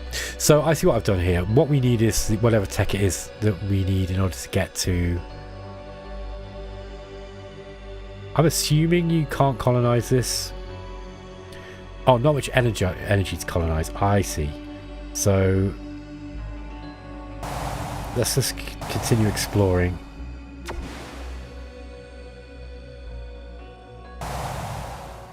Okay, found a gas giant. Yeah, this is out the range of it. Did we build a research lab? I did, didn't I? Yes. Where did I build that? I thought I did. Or am I just being incredibly dumb? That's the starport. Let's have a turn. The lab is not active yet. Okay. There it is. I see it. Of course. Thank you. So let's see what we can research. Increased base metal income would be useful, no doubt. Increased scout movement. Increased scout defense.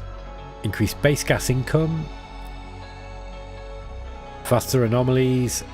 No longer requires or consumes action points. Okay, that sounds pretty cool. And this increases the production of fusion reactors. I think this might be wise. Let's grab this.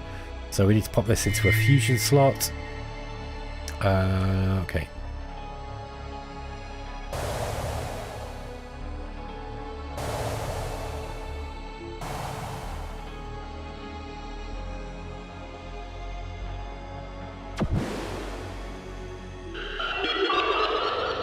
We found an ancient civilization buried under the toxic atmosphere. Some scans indicate countless valuables, but getting to them is a challenge. Okay, we can get an artifact or copy the tech. Space breach. Increases the network range. That's got to be good, right? Artifacts, though. What's an artifact? Artifacts are required for victory conditions. They can be found from anomalies and are stored in the research labs. Okay, so that sounds really good as well. I mean, I don't know. What do we take? A victory point? Is it a victory point, or it adds 2 victory conditions? Oh, there we are. We need to get 3 artifacts for 2. Okay, that sounds like something we want. So, nope, wrong one. There we go.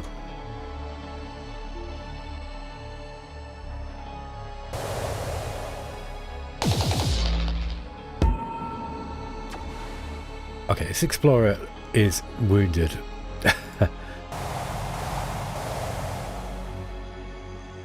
Okay, it's pirates here. Yeah, it's an ocean planet. We can't get that yet. Cosmo encryption. Oh, lava terraforming. Wait, we found a lava planet, didn't we? But it's not within range.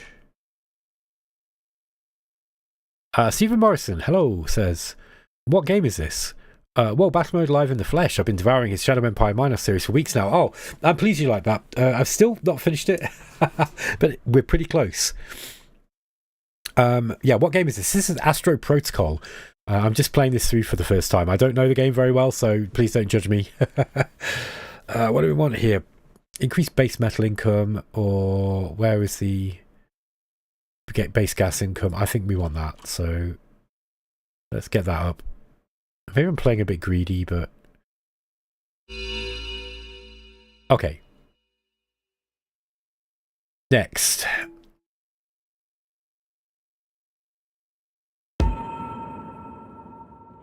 Okay, let's terraform this planet. What have we got the options for? Agriculture planet, continental planet. Okay. So I'm going to terraform that to a continental planet. We're going to grab it, take it over. Now, this thing doesn't have much hit points, look. Armor, shield. There's the hit point. Yeah, shield, hull is 12 out of... So is there a way...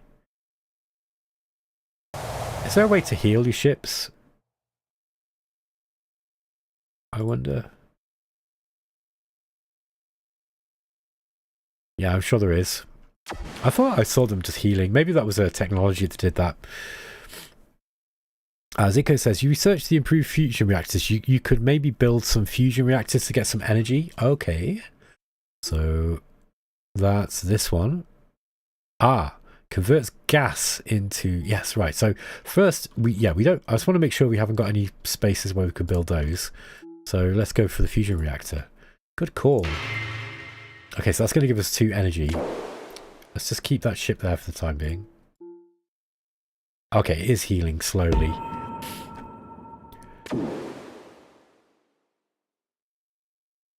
That's an asteroid field. Okay, so we should be building our network out, I think. No, we should be building... Okay, we haven't got energy. We'll have to wait till next turn. Yeah, we probably want some more energy too.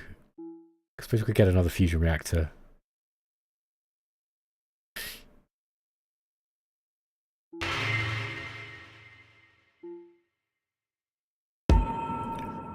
Okay, now we've got 6 per round. So we want to be. We definitely want to start building some other ships. So we're going to need the research for that.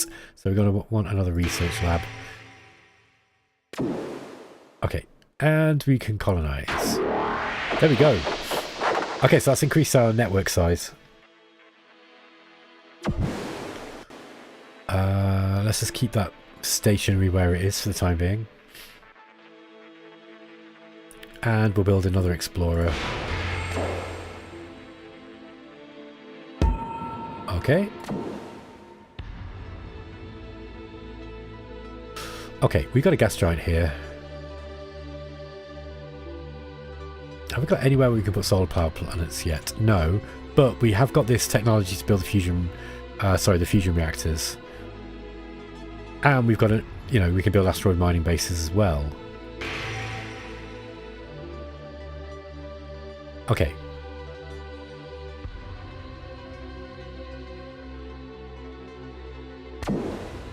Let's move these guys. Where do I want to go? Well, it looks like we're kind of blocked in this way. But let's see what's over this direction. Just going to skip that one and let it heal up. Okay, we definitely want to get more ships now. Increase network range. Increase base metal income. Alright, is there a tech tree? Or do I just have to guess? Lava terraforming. Foresight visualization. Is the tech tree randomized? So... Zico saying ships repair inside your network faster on starports. Oh, okay, right. So let's get the ship into the starport then. That's starport, right? I think it is. Yeah, starport. There we are. Okay. I'll saying inside your network is 10 plus 10 per turn. On a starport, it's 30 per turn. Okay, thank you. I'll say there's also advanced ships that heal nearby friendly ships. Great. Okay, let's see if we can...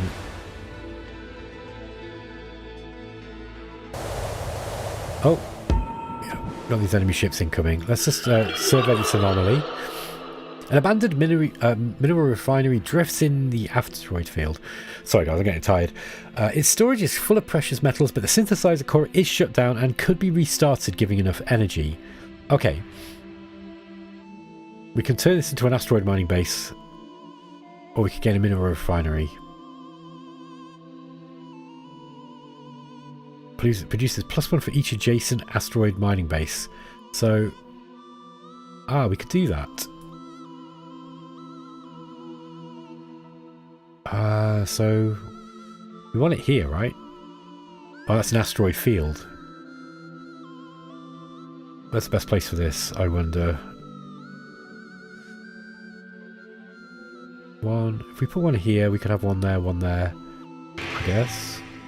I don't know if that's actually better. I'm really bad at basic maths, by the way, but I was trying to figure out whether that's going to be better than having a mining base. Let's just skip that and we'll let it level up a little bit. Oh, we're getting attacked. Oi! Okay, I really want to get you back into a position where you can fight back. Can you fight? Yes. Kill. Murder, death, kill. There we go. Oh! Long range attack. Destroyed one of my ships. Okay. Phase vector thrusting. Yes, that's what I want to know. Is there a tech tree? Yes, the available tech options are randomized. Okay, that's cool. That's good. I like randomized tech trees in certain games. I don't like them when they're thrown into games without there being a point for it. Like Master of Orion, it worked perfectly because the whole game was based kind of around that randomization you got. That was part of the driver of the diplomacy in the game, which I just thought was so good.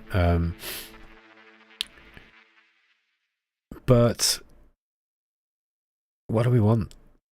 Planet gas in production. All planets producing additional gas. That doesn't sound great. Let's increase the network range. Oh, hang on. Did I not build... Yeah, I need another lab first. Let's build a research lab. Where can we put it that it's not going to get in the way? Maybe down here.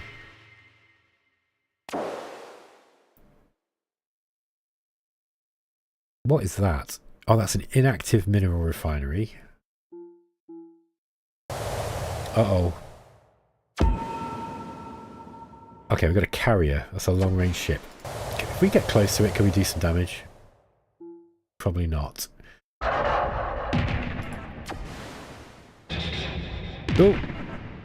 We're going to use this. Ouch! What killed that? Was that the, was that just being close to these hackish places? Let's see. Pirates have been defeated. Our explorer was destroyed by an unknown ship outside of our sensor range. Okay, we were under attack. Alright, no worries. And we need to build another ship. So let's get another explorer up. And we'll move it up to here, I think.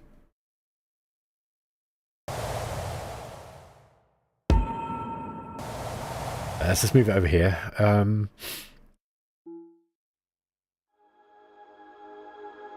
Okay, let's get this space breach now. Orbital colliders. Okay, so we're at Cosmo encryption level 3 now, so I noticed when I researched the previous level, now we get a new option for both of them. Enables terraforming planets into the ocean type. So I think we saw... Oh, that's the lava one. I'm going to grab this. Just since we have got a lava planet down that way. And we got loads. I should be spending my... Definitely should be spending my resources.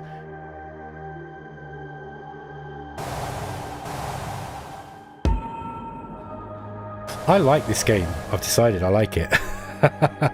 You have a lab above Earth. Yes, thank you. I like this game, Zika. I think it's great. I can see, I absolutely see the potential with this, and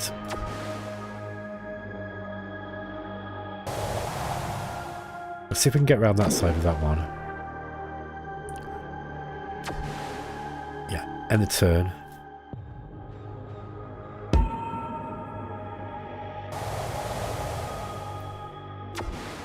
Remind me, is this one's finished, right? Is this you've hit 1.0 now, or are we still in a sort of early access period? I forget.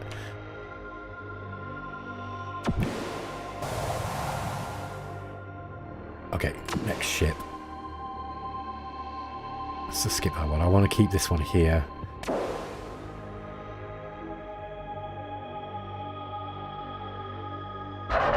Oh!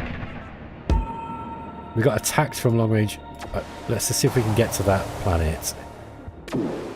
Now, yeah, we got that ability.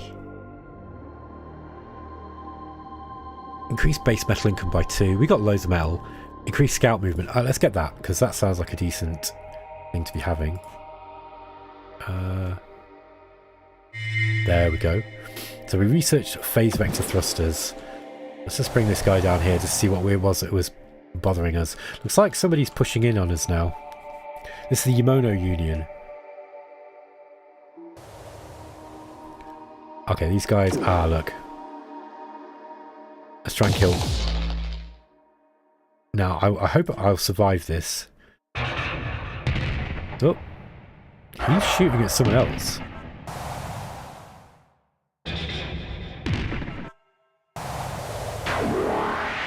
Oh. Okay, they're pushing in on me. What is that? That's an explorer as well. So I want more ships. Because we're going to need more ships here. Let's just suicide this one into this one and just try and damage them enough. Okay. Colonize. Planetary is already lava. We can turn it into a continental planet. So that's going to give us energy. And that one's going to give us metal.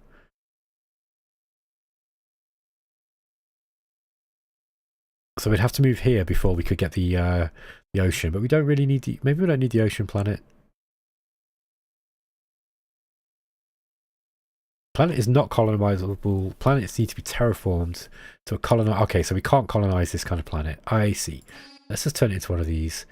Oh, you don't have all the required technologies to terraform intercontinental. I see. So does that mean we've got to kind of move down through here first? I guess so. So...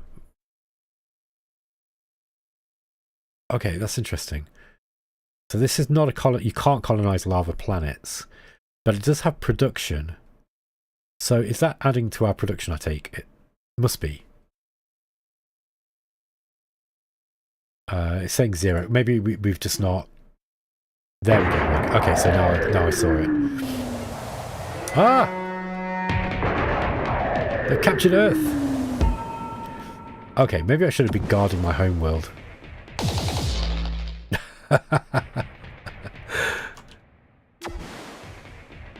Let's bring these guys back up in the hope that we can do something.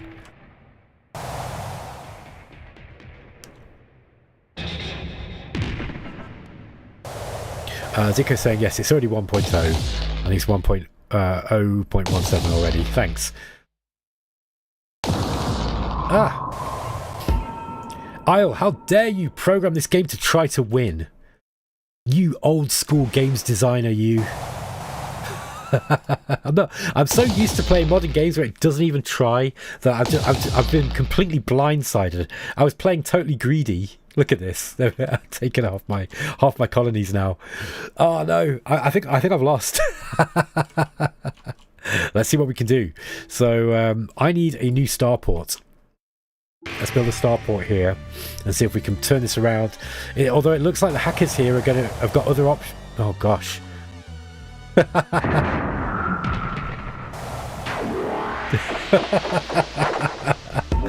Okay, I got beaten. I like the game. Any 4X game that can beat me, even when I don't know how to play it, I really like. Al says never die with money in the bank. Yes, I know, that was shameful, absolutely shameful.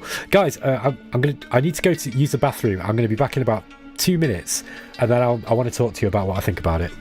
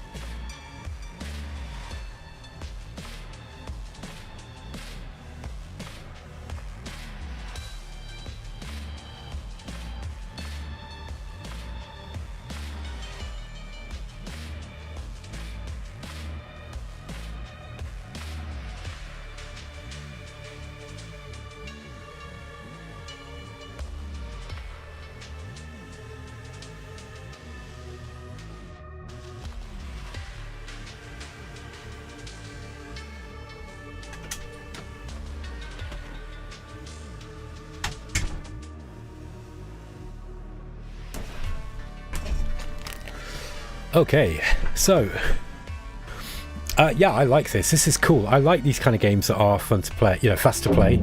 I want to see, by the way, was there something I could have done with these hackers guys? I think there was, wasn't there? Hackers will ally with the faction with the most energy income. Okay, so that was something I could have worked for. I was saying you can click the arrows to see what they won with. Okay, the arrows. Was that in the other screen? Let's just go here. Pirates, unknown player. That's minor faction, sorry, of course it is. Scoreboard. There we go. Sorry, I see what you mean. So, okay, in the scoreboard, yeah, I got it. So they won by taking 2 stations. They had 2 artifacts, 1 home planet, and 1 planet. Okay, right. So this game is a race. It's a real race, eh? I'm going to play again. Let's play again. Let's see what happens. I'm going to play as the same people again. Let's just come out of it, sorry. And exit to main menu. Alright, I'll play as the same guys again. And we'll just keep it exactly as it was. Let's see if I can do a little bit better this time.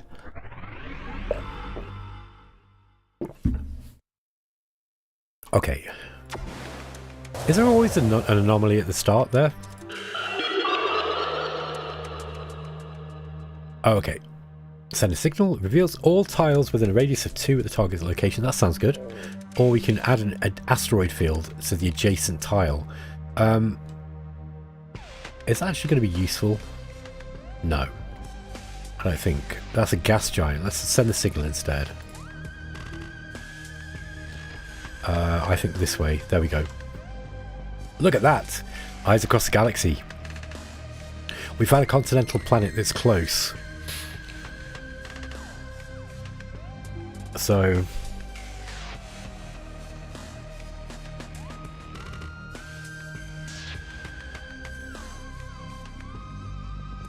interesting. I take it that these guys all have different victory conditions. Is that... am I right in thinking that? Okay, so what do we want to do here? Let's build a gas extractor, I think. I can actually build them all the way out here, look, because this is all within my range. That's interesting. I think you could, like, I really like the adjacency thing that's going on with the buildings. Oh, okay. Zico's saying each game has randomized victory conditions. And I'll saying the same. No, they're randomized between games, but in one game, all factions have the same victory conditions to compete in. Thank you. That's really cool. Okay. Very replayable then. Which is, I believe, what Daz was saying about the game. Alright, let's continue on. Okay, so we found another gas giant here.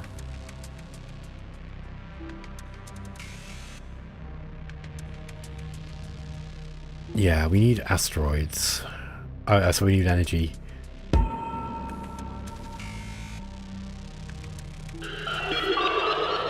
Okay.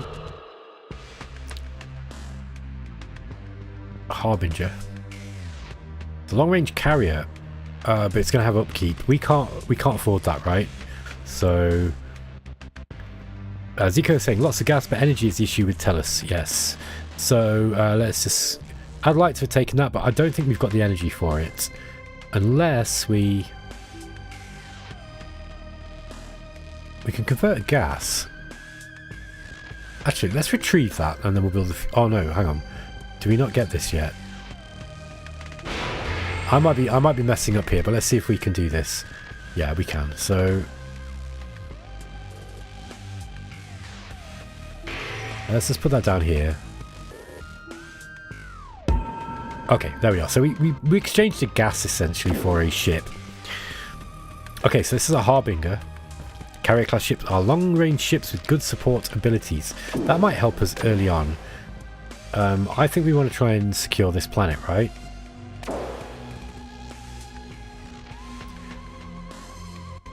Yeah, I think we also need an asteroid mining base. Ugh, we can't build one though. We have got lots of gas though. Loads of gas.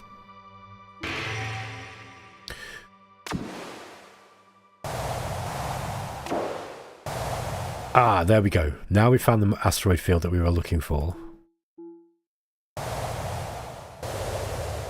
And a star. Even better.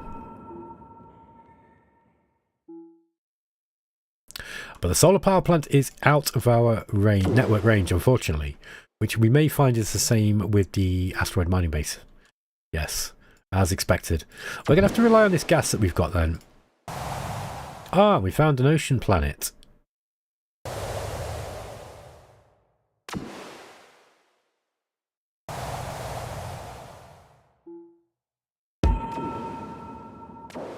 Okay, nothing we can do with this.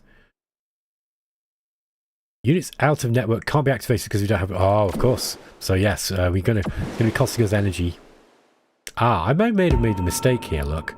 Because I've moved these guys both out of the network and now we've got a bit of an energy problem. Okay. Fusion reactor might have to be the way to go.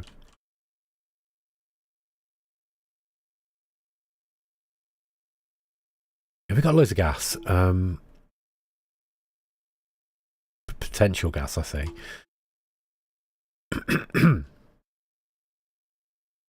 Let's just put one of these up here, just so we've got some energy coming in. There we are. Okay, let's move this guy back. Okay.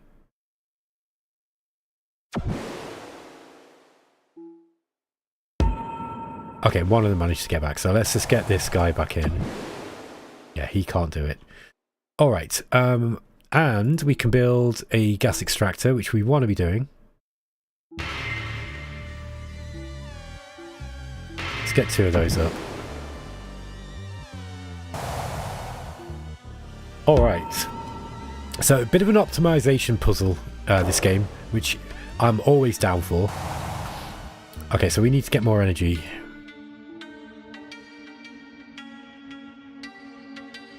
Let me just check that. Yeah, there's no adjacency stuff with that one. Let's just build one of these up here.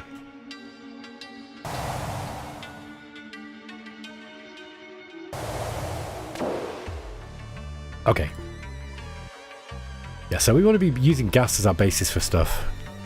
So, for example, the hydroponic farm. Oh, no, that's not it. Metal synthesizer. We got a research lab or a starport.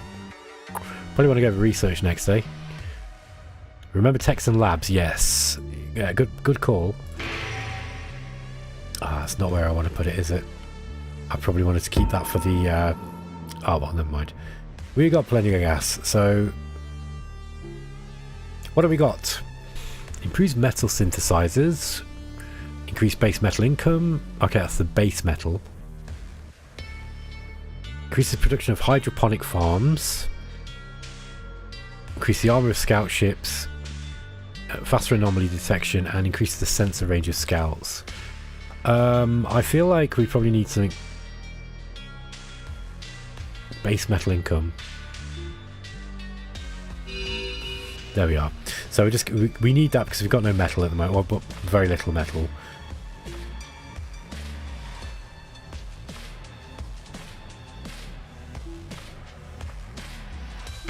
Okay, so we're exchanging some energy for metal. I want another fusion reactor, I think. Okay, let's just skip that guy. Okay, we're going to be losing energy because he's out of the network range. But let's at least grab this. Oh, who's that? Thermortis generator. Oh, sorry. I thought that was a faction.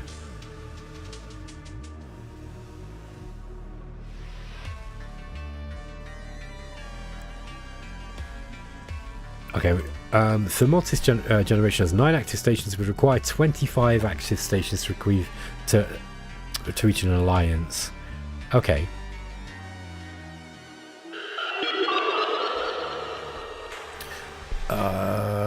Okay, I'm not going to read all this. My throat's getting a bit sore. So, gain tech, shifted protection, or we get an ether processor. Prediction cycle. Oh, okay. What do we need? Do we need prediction cycle? Yes.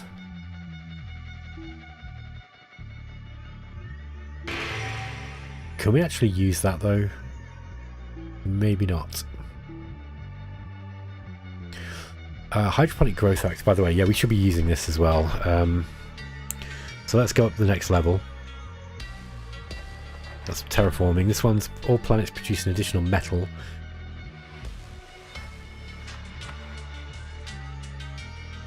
Let's give them the increased range.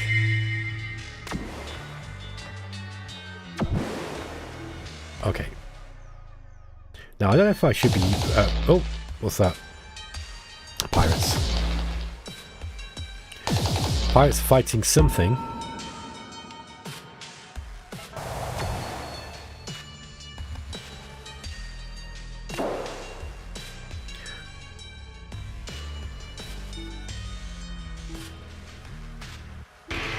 Let's get another gas extractor up, since gas seems to be the core of what we need at the moment. Okay, let's get one of these up. Increases the armor of scouts. Production of hydroponic farms. Not using hydroponic farms, are we?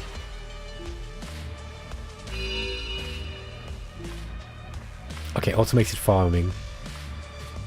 That's space breach. That could be useful. But we do need to build another lab in order to get that up.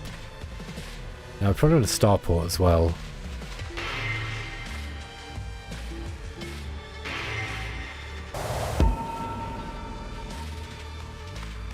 Okay, round 14. Neocron. The frozen home planet of the Phantoms. Also, astro processing techs are required to release an alliance. Okay. Interesting. So there you need to get technology for those guys.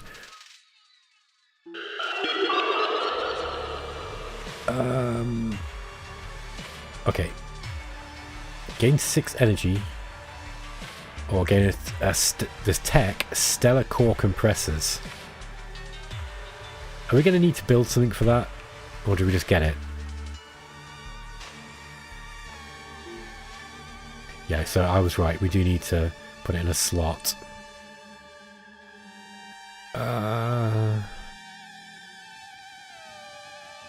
Yeah. I guess we can't do that. We'd have to build a new research lab first. I guess I've lost that now. Oh no. No raiders. Okay.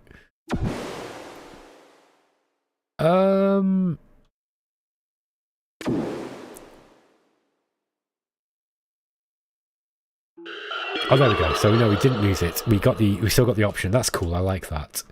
So, oh, we got to wait till next turn though, because it's not built yet. Ah, maybe we have to do it. Oh, oi! Attacked by phantoms. I like how the minor factions are fighting each other. That's really cool. Okay, let's just grab that. Simulate the ship. We can gain an Aegis. Aegis is a result of several modular designs that ultimately form an ideal supportive carrier model. Most offensive drones. Oh, that could be good as well.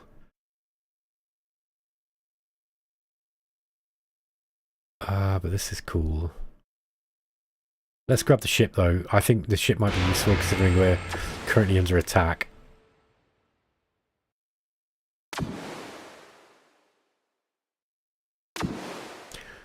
Yeah, let's move this guy up now. They're going for those scouts, look. Ooh. We do not want to lose that.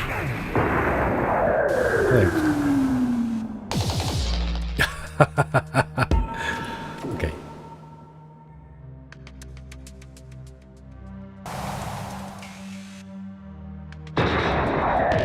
Okay, we took that one out. Let's move this guy back to our space station, a starport, sorry. He's probably going to die. Yeah, I wasn't able to move it. No, it's because we didn't have enough energy. I should have seen this. I wasn't paying attention. Let's move this guy back to the station. Well, I don't feel comfortable fighting those because we're not very strong.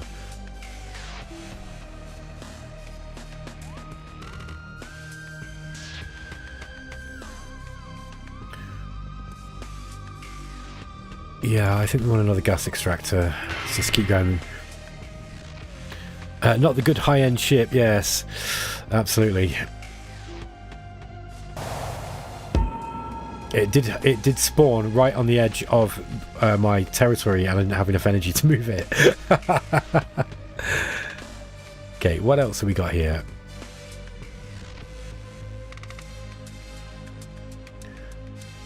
Yeah, why would I want the lava terraforming? What's that actually going to do for me? Okay, so it gives you gas and energy. Okay, that is pretty cool, I guess.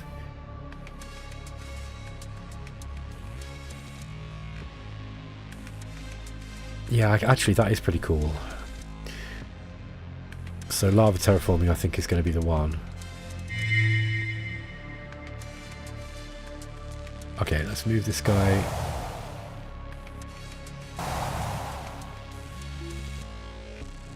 We want another scout, an explorer, whatever they're called.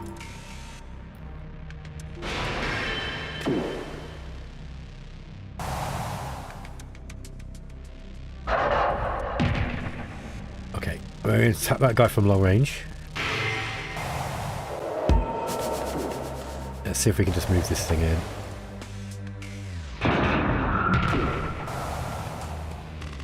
There we are. We want more ships, I'd say. Oh! Okay, here comes this thing. Let's see if we can attack this from... Yeah. Oh, it's attacking back.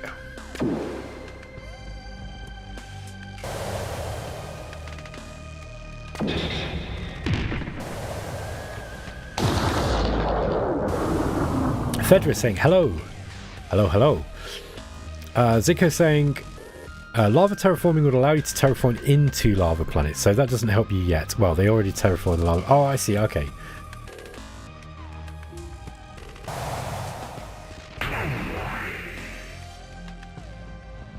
Okay, these guys have got a lot of ships.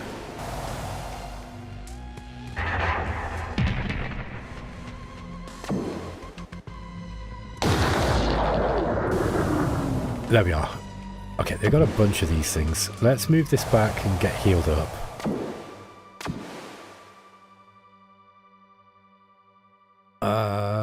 What do I want? I feel like we need more... Maybe just more research.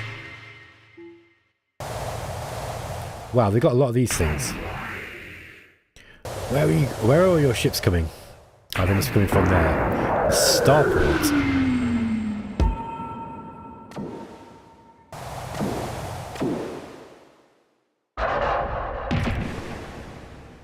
Oh, it's got no action points left. Okay. In that case, I do want to get another explorer out. And let's get some research.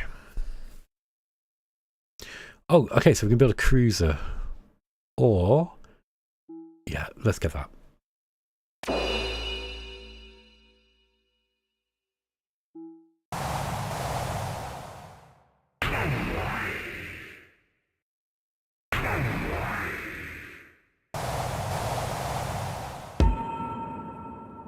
Wow, they've got a lot of ships.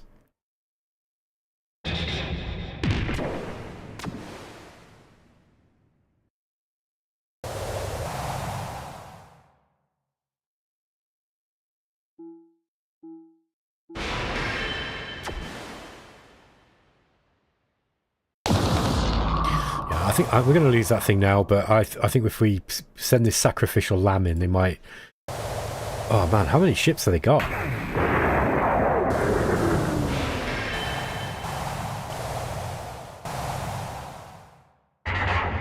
Okay, well they're being attacked by these guys as well.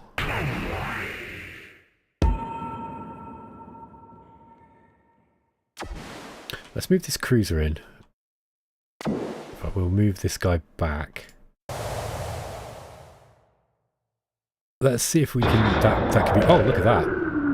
Crikey. What a... It attacked everything in an area of effect. Area of effect, sorry.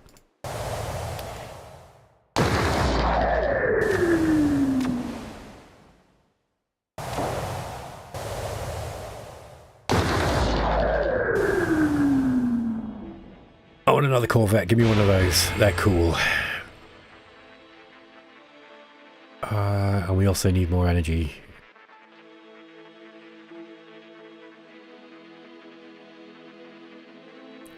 Ah, generates one prediction cycle per turn. Okay, so we could get that thing and start winning.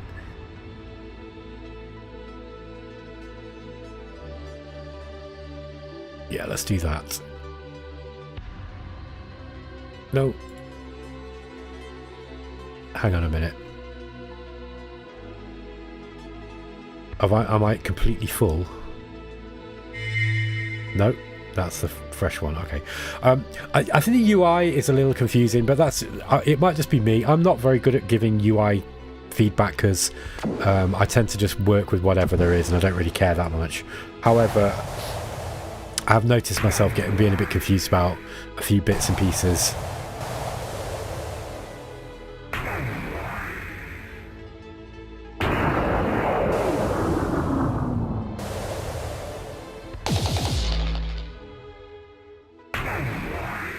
Now, can I capture their planet? That's what I want to know.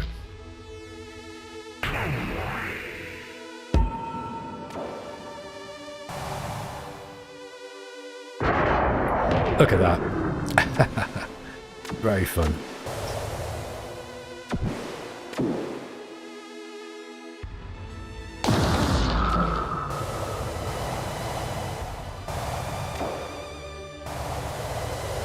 Okay, those got 3 movement points. That's nice. Yeah, we want to grab this now.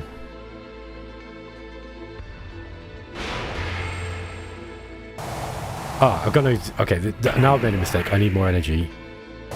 So...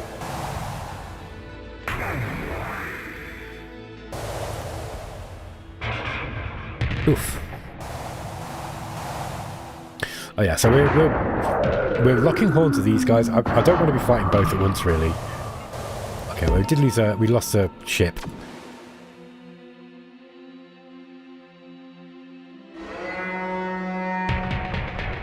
Boom.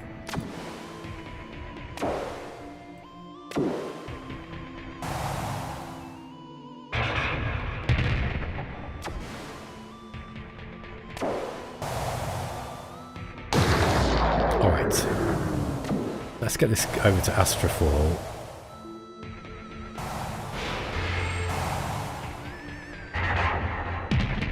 Yikes. Okay. Alright, let's move this guy back.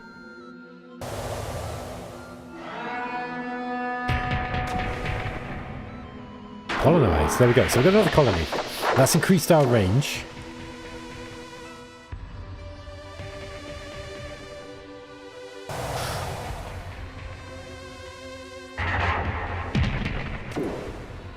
No. Okay, they got no action points. And we don't have much energy. However, I can get a Corvette out. Because we've got plenty of these. We also probably want to build... Should we get a fusion reactor? I think so. I might have wanted to put a mineral plant there. However, we're alright for minerals. Okay, they're picking...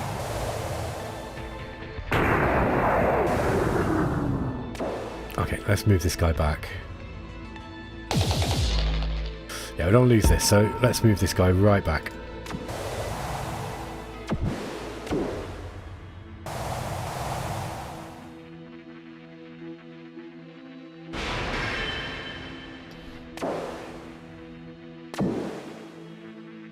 Yeah, I want to keep him here, I think. I probably need to do something about this too. Inactive metal synthesizer of the Thermortis generation.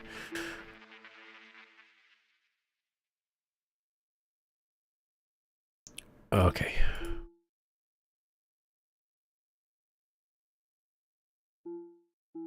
If your ship is bombing a planet, it can't counterattack, so it's very vulnerable for a turn. Ah, okay, great info, thank you. Let's get another research lab up. No, I think I won't. Okay, I should have put one there as well.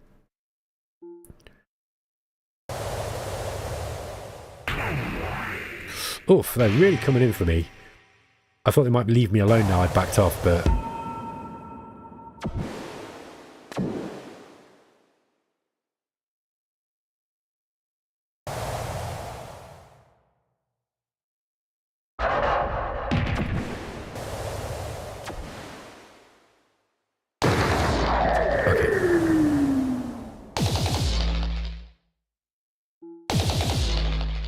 Send another one of these Corvettes out.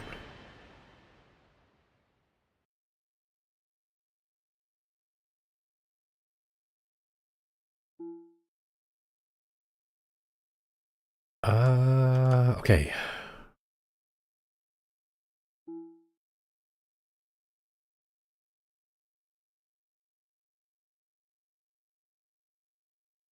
Increase station sensor range. Sensor range of the battleship. Yeah, maybe we just need to get one of these.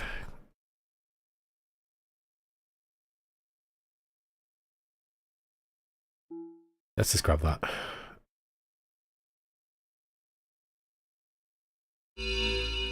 Okay, I've actually built more labs than I needed.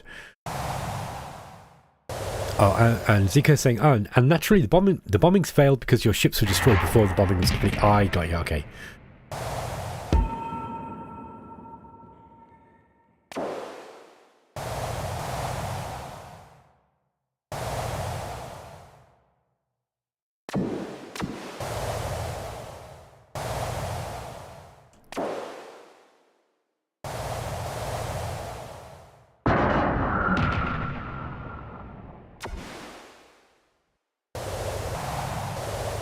Now, we might find we get attacked from up here.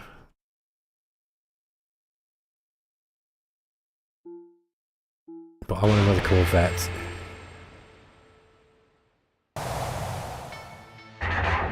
Oof. Okay, yeah. So I was wise to build another one because we've just lost one.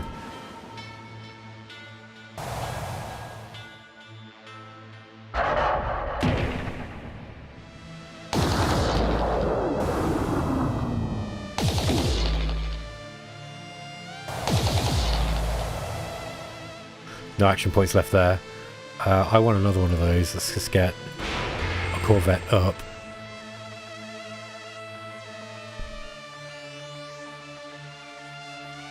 Disruptor is an offensive cruiser specialised in initiating attacks and preventing enemies from counter-attacking.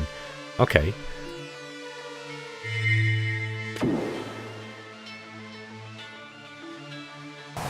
I need to get some more energy up really before I start fighting. Wow, this game actually, excuse me, picking my nose, how disgusting. This game gets action-packed really, really fast. I will say that, and I really appreciate that now because I really like games that just, you know, that you get to the point quickly. It's really important for me.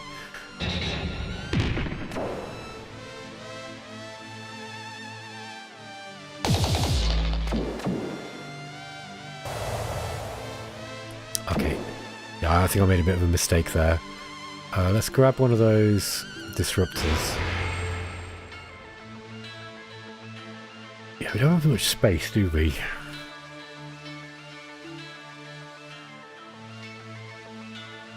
Battle simulations increases the attacks and damage of friendly ships on the same tile by 2 and on adjacent tiles by 1. That's an armament grid that allows us to build. Astro processing framework. Okay, this is the Astro processor. Let's grab that because we want to start winning. Because I feel like we're locked in this battle here. I was saying, I was recently trying to get into Old World. It's a great game, but it took me like 20 hours to get to a war. In that time, I can finish 20 games here. Yeah, so I think part of the issue with me at the moment is I've been playing a lot of old school games, like retro games, arcade games, shmups, you know, that kind of stuff. And the design principle, you know, behind older games tended to be, you know, get the player having fun as quickly as possible. And so I don't know if you guys saw me playing Menace earlier, but I've got a real problem with Menace where I just think that the game is kind of boring at the start, and I just don't have time to play boring games now. Like, if I have to wait, you know, if everyone promises me the game gets good after 5 or 6 hours, I'm sorry, that's just not fast enough.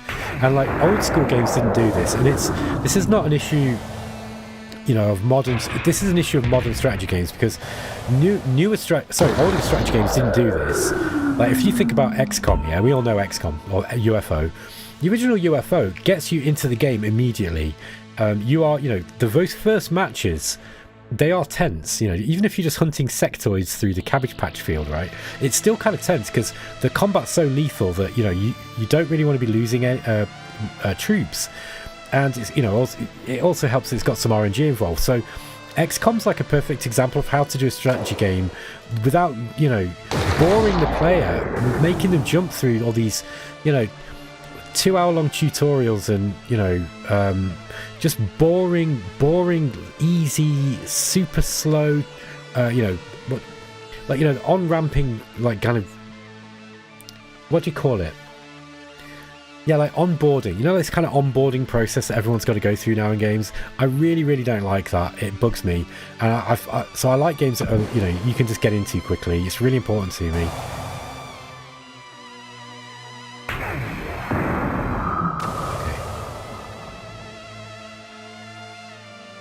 Okay, we've attacked twice, so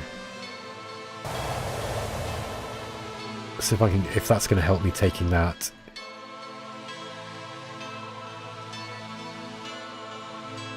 So, okay, Corvettes do more damage, but they have less attacks. That's interesting.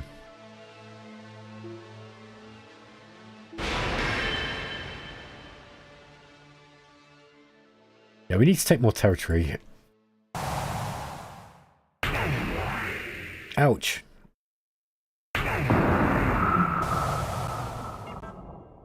So, like, war seems to be very much about territorial acquisition, isn't it? Because I think they can pretty much just infinitely replenish stuff while they've got enough resources to be able to pump out more ships. I guess that's no different to other 4X games, really. Did I lose my carrier? It looks like I did.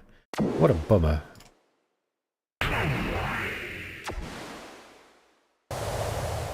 I should have moved this guy first. That was a little bit dumb of me, but let's take it. Let's get a Corvette. This thing's got more damage. Yeah.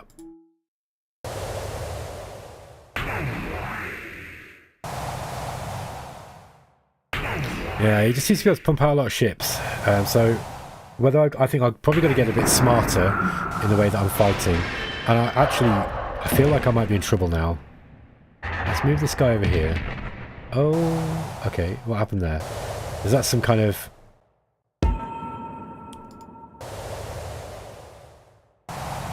Oh, I see.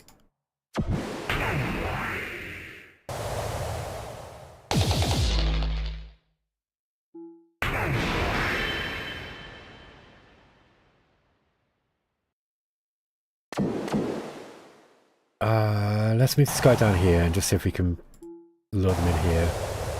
Nope, the AI is smart and went round inside instead.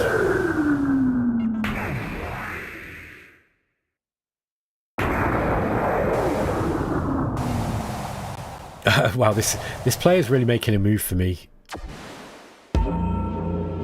Okay, I was defeated. So, the Mortis generation won by reaching 6 victory points. That's these guys. So they took a bunch of stations. They had the prediction cycles as well, and they had an artifact. This game's cool, man. I really like this. I'm gonna have to finish playing now because I'm about done. But yeah, Zico, good work, and Isle as well. Both of you, man. Like, this is cool. I'm definitely gonna play this more. It's difficult as well. At least I think I need to learn the game and figure out why it was they were able to outproduce me. I suspect it's something to do with the fact that they just had loads of territory look, and they were able to pump out. I should have been taking these stations off them, I guess, but that was my fault. I thought I was outproducing them, but they clearly not. They were outproducing me, and I lost a war of attrition there. Let me catch up on some of the comments. Hey Marlo, how's it going, man? Marley's saying, looks great game for playing on the Steam Deck while the wife is reading in the evenings. Yeah, so this looks like a great game for, just picking up and playing for a little while. Fedra's saying, this game completely blindsided me. It came out of nowhere, and it's basically what I've been looking for since 1993. That's cool. So this is like Master of Orion, I guess, but like faster to play. I guess it hasn't got the diplomacy stuff in it. It's just a lot simplified in that respect, but it's simple. But I would have thought that a game like this, its gameplay is going to hinge on how good the AI is, right? Because when you've got quite a simple game, unless the AI does unusual stuff, it becomes an optimization puzzle quite quickly. And I don't like those kind of games, really. I don't really like optimization puzzle games. Once I've one is that I don't have that much patience for them, but if I do dedicate my patience towards them, and once you've figured it out, then you've figured the game out, right? So I think this is going to live or die on the strength of the AI, but fortunately it looks pretty good. Now obviously I'm just muddling my way through trying to figure the game out, so I've lost a few times, but I'm going to see if I can beat this on medium. I might even drop the difficulty level and just see, because I think the difficulty on this it feels good. I've played a few times. It's really pushing on me, forcing me to think about what it is that I'm doing. It feels like it feels like it's in a good place. Wolfson says, if you play on Steam Deck, I recommend upscale the UI on settings. I'm the game's lead artist here. Oh hey man, how's it going? So yeah, so to you too, man. This game's really good. I think so. Some feedback. I think some of the UI stuff, I mean, look, I'm not really the best person to talk about UI because I'm famously not that bothered by it. But I like getting used to, for example, placing the the research in the different things here. I wasn't easily able to tell whether it was telling me that something had a slot in or not. That was one thing that was bugging me a little bit. But it's a minor gripe. It's something I'll pick up really quick. Yeah, everything else is fine. I quite like the way the game looks. I think it's going to be functional graphics, but within the functionality, it's a bit of a mismatch, I think, between these 3D stuff and the 2D looking stuff, I'd say. But I don't care that much about graphics, man. I'm more about gameplay, and this seems like it's got really good gameplay. And I appreciate the fact that somebody's made a 4X game. Like, usually I don't like short pace games. Like, for example, I didn't really get on with Space Tyrant very well. but this is a cool game because like somebody else was coming on and talking about, you know, how would you like a 4X game where the game takes only a few hours to play, and then we've got this meta progression system. I don't like meta progression in 4X very much at all. I don't see the need for it. But I think that this doesn't have that, which is good. Different victory conditions every time is really, really good. Different research every time, just like Master of Orion, is going to be really good. Yeah, I like it, man. I think this is really, really cool. This is a really, really cool game. I'm definitely going to be playing it more as well. Peter Joseph says, late to the party. What game is this? This is Astro Protocol. Astro Protocol, it's a short-paced, a fast-paced, relatively quick to play 4X game, but it's got a lot in here. It's got kind of like some optimization puzzle stuff with in terms of the placing your industry buildings, depending on what you find. And then the AI seems pretty good because it just beat me, and I'm only learning how to play the game, but if it's beating me on normal, first time round, generally speaking, it's harder than most games, I'd say. Wolfson's saying, funny thing is, there's no 3D involved, just some shader magic. It's a bit of an experimental approach. That's fine. I think it does. Like, look at these though. These look kind of different, right? I don't think these are bad. I'm not saying these are bad. I just think that it feels like there's a little bit of a mismatch between the graphics styles here with the floating stuff. But don't change it on account of me, because I don't. Like, honestly, this is fine, and it's what's important is that it's obvious what it is. So it all moves. It's all looking like it's doing stuff. I kind of like that. It makes the game feel like it's lived in a little bit. So yeah, great stuff. Al says that's actually 75% for the AI on this difficulty level. Well, 100% was way too hard for many new players. Yeah, I know your AI, mate. I actively recommend people don't play with your AI when they're first playing things like Remnants of the Precursors, because it is designed to crush you. This is fun though. I thought this was really fun. I feel like the AI, obviously I don't really know what I'm doing, but the AI looked like it was actively trying to kill me. It was kind of moving, it flanked round me, trying to get round me. Look, the AI made an attempt to expand its empire while it's still attacking me. Yeah, the AI seems decent, as I'd expect from you, sir. All right, guys, I'm going to get off because it's getting a little bit late, and I need to work in the morning. So, thanks for watching, everybody. It's a bit of an unusual stream, but I just wanted to touch base with you all and just kind of say, hey, I'm still alive. I've just been a bit too busy to put videos out. When the Ashes of the Singularity stuff drops on Monday, I'm going to be playing some Ashes 2, so I'll be playing some RTS, which has been a while since I played any RTS games, but you will like, if you like RTS games, but you don't like sort of super high pressure RTS games, like high action per minute games, you might like Ashes 2, because Ashes 2 is really good. I'm not just saying that because I work for Stardock and they are publishing the game. I would, if I didn't think it was good, I wouldn't talk about it. I'd just not cover it. But Ashes 2 is really good. I think it's made some real power moves in terms of RTS games design. So when the demo drops on Monday, come and check the demo out at the Steam Next Fest, because if you do like RTS, I think you'll like it. It's a very, very cleverly made game. Thanks, guys, and thanks to Zico and crew. You've made a great game here. I'm going to be playing this more. I think it's really, really good. This is a sort of 4X game that I want to play at the moment because it's fast.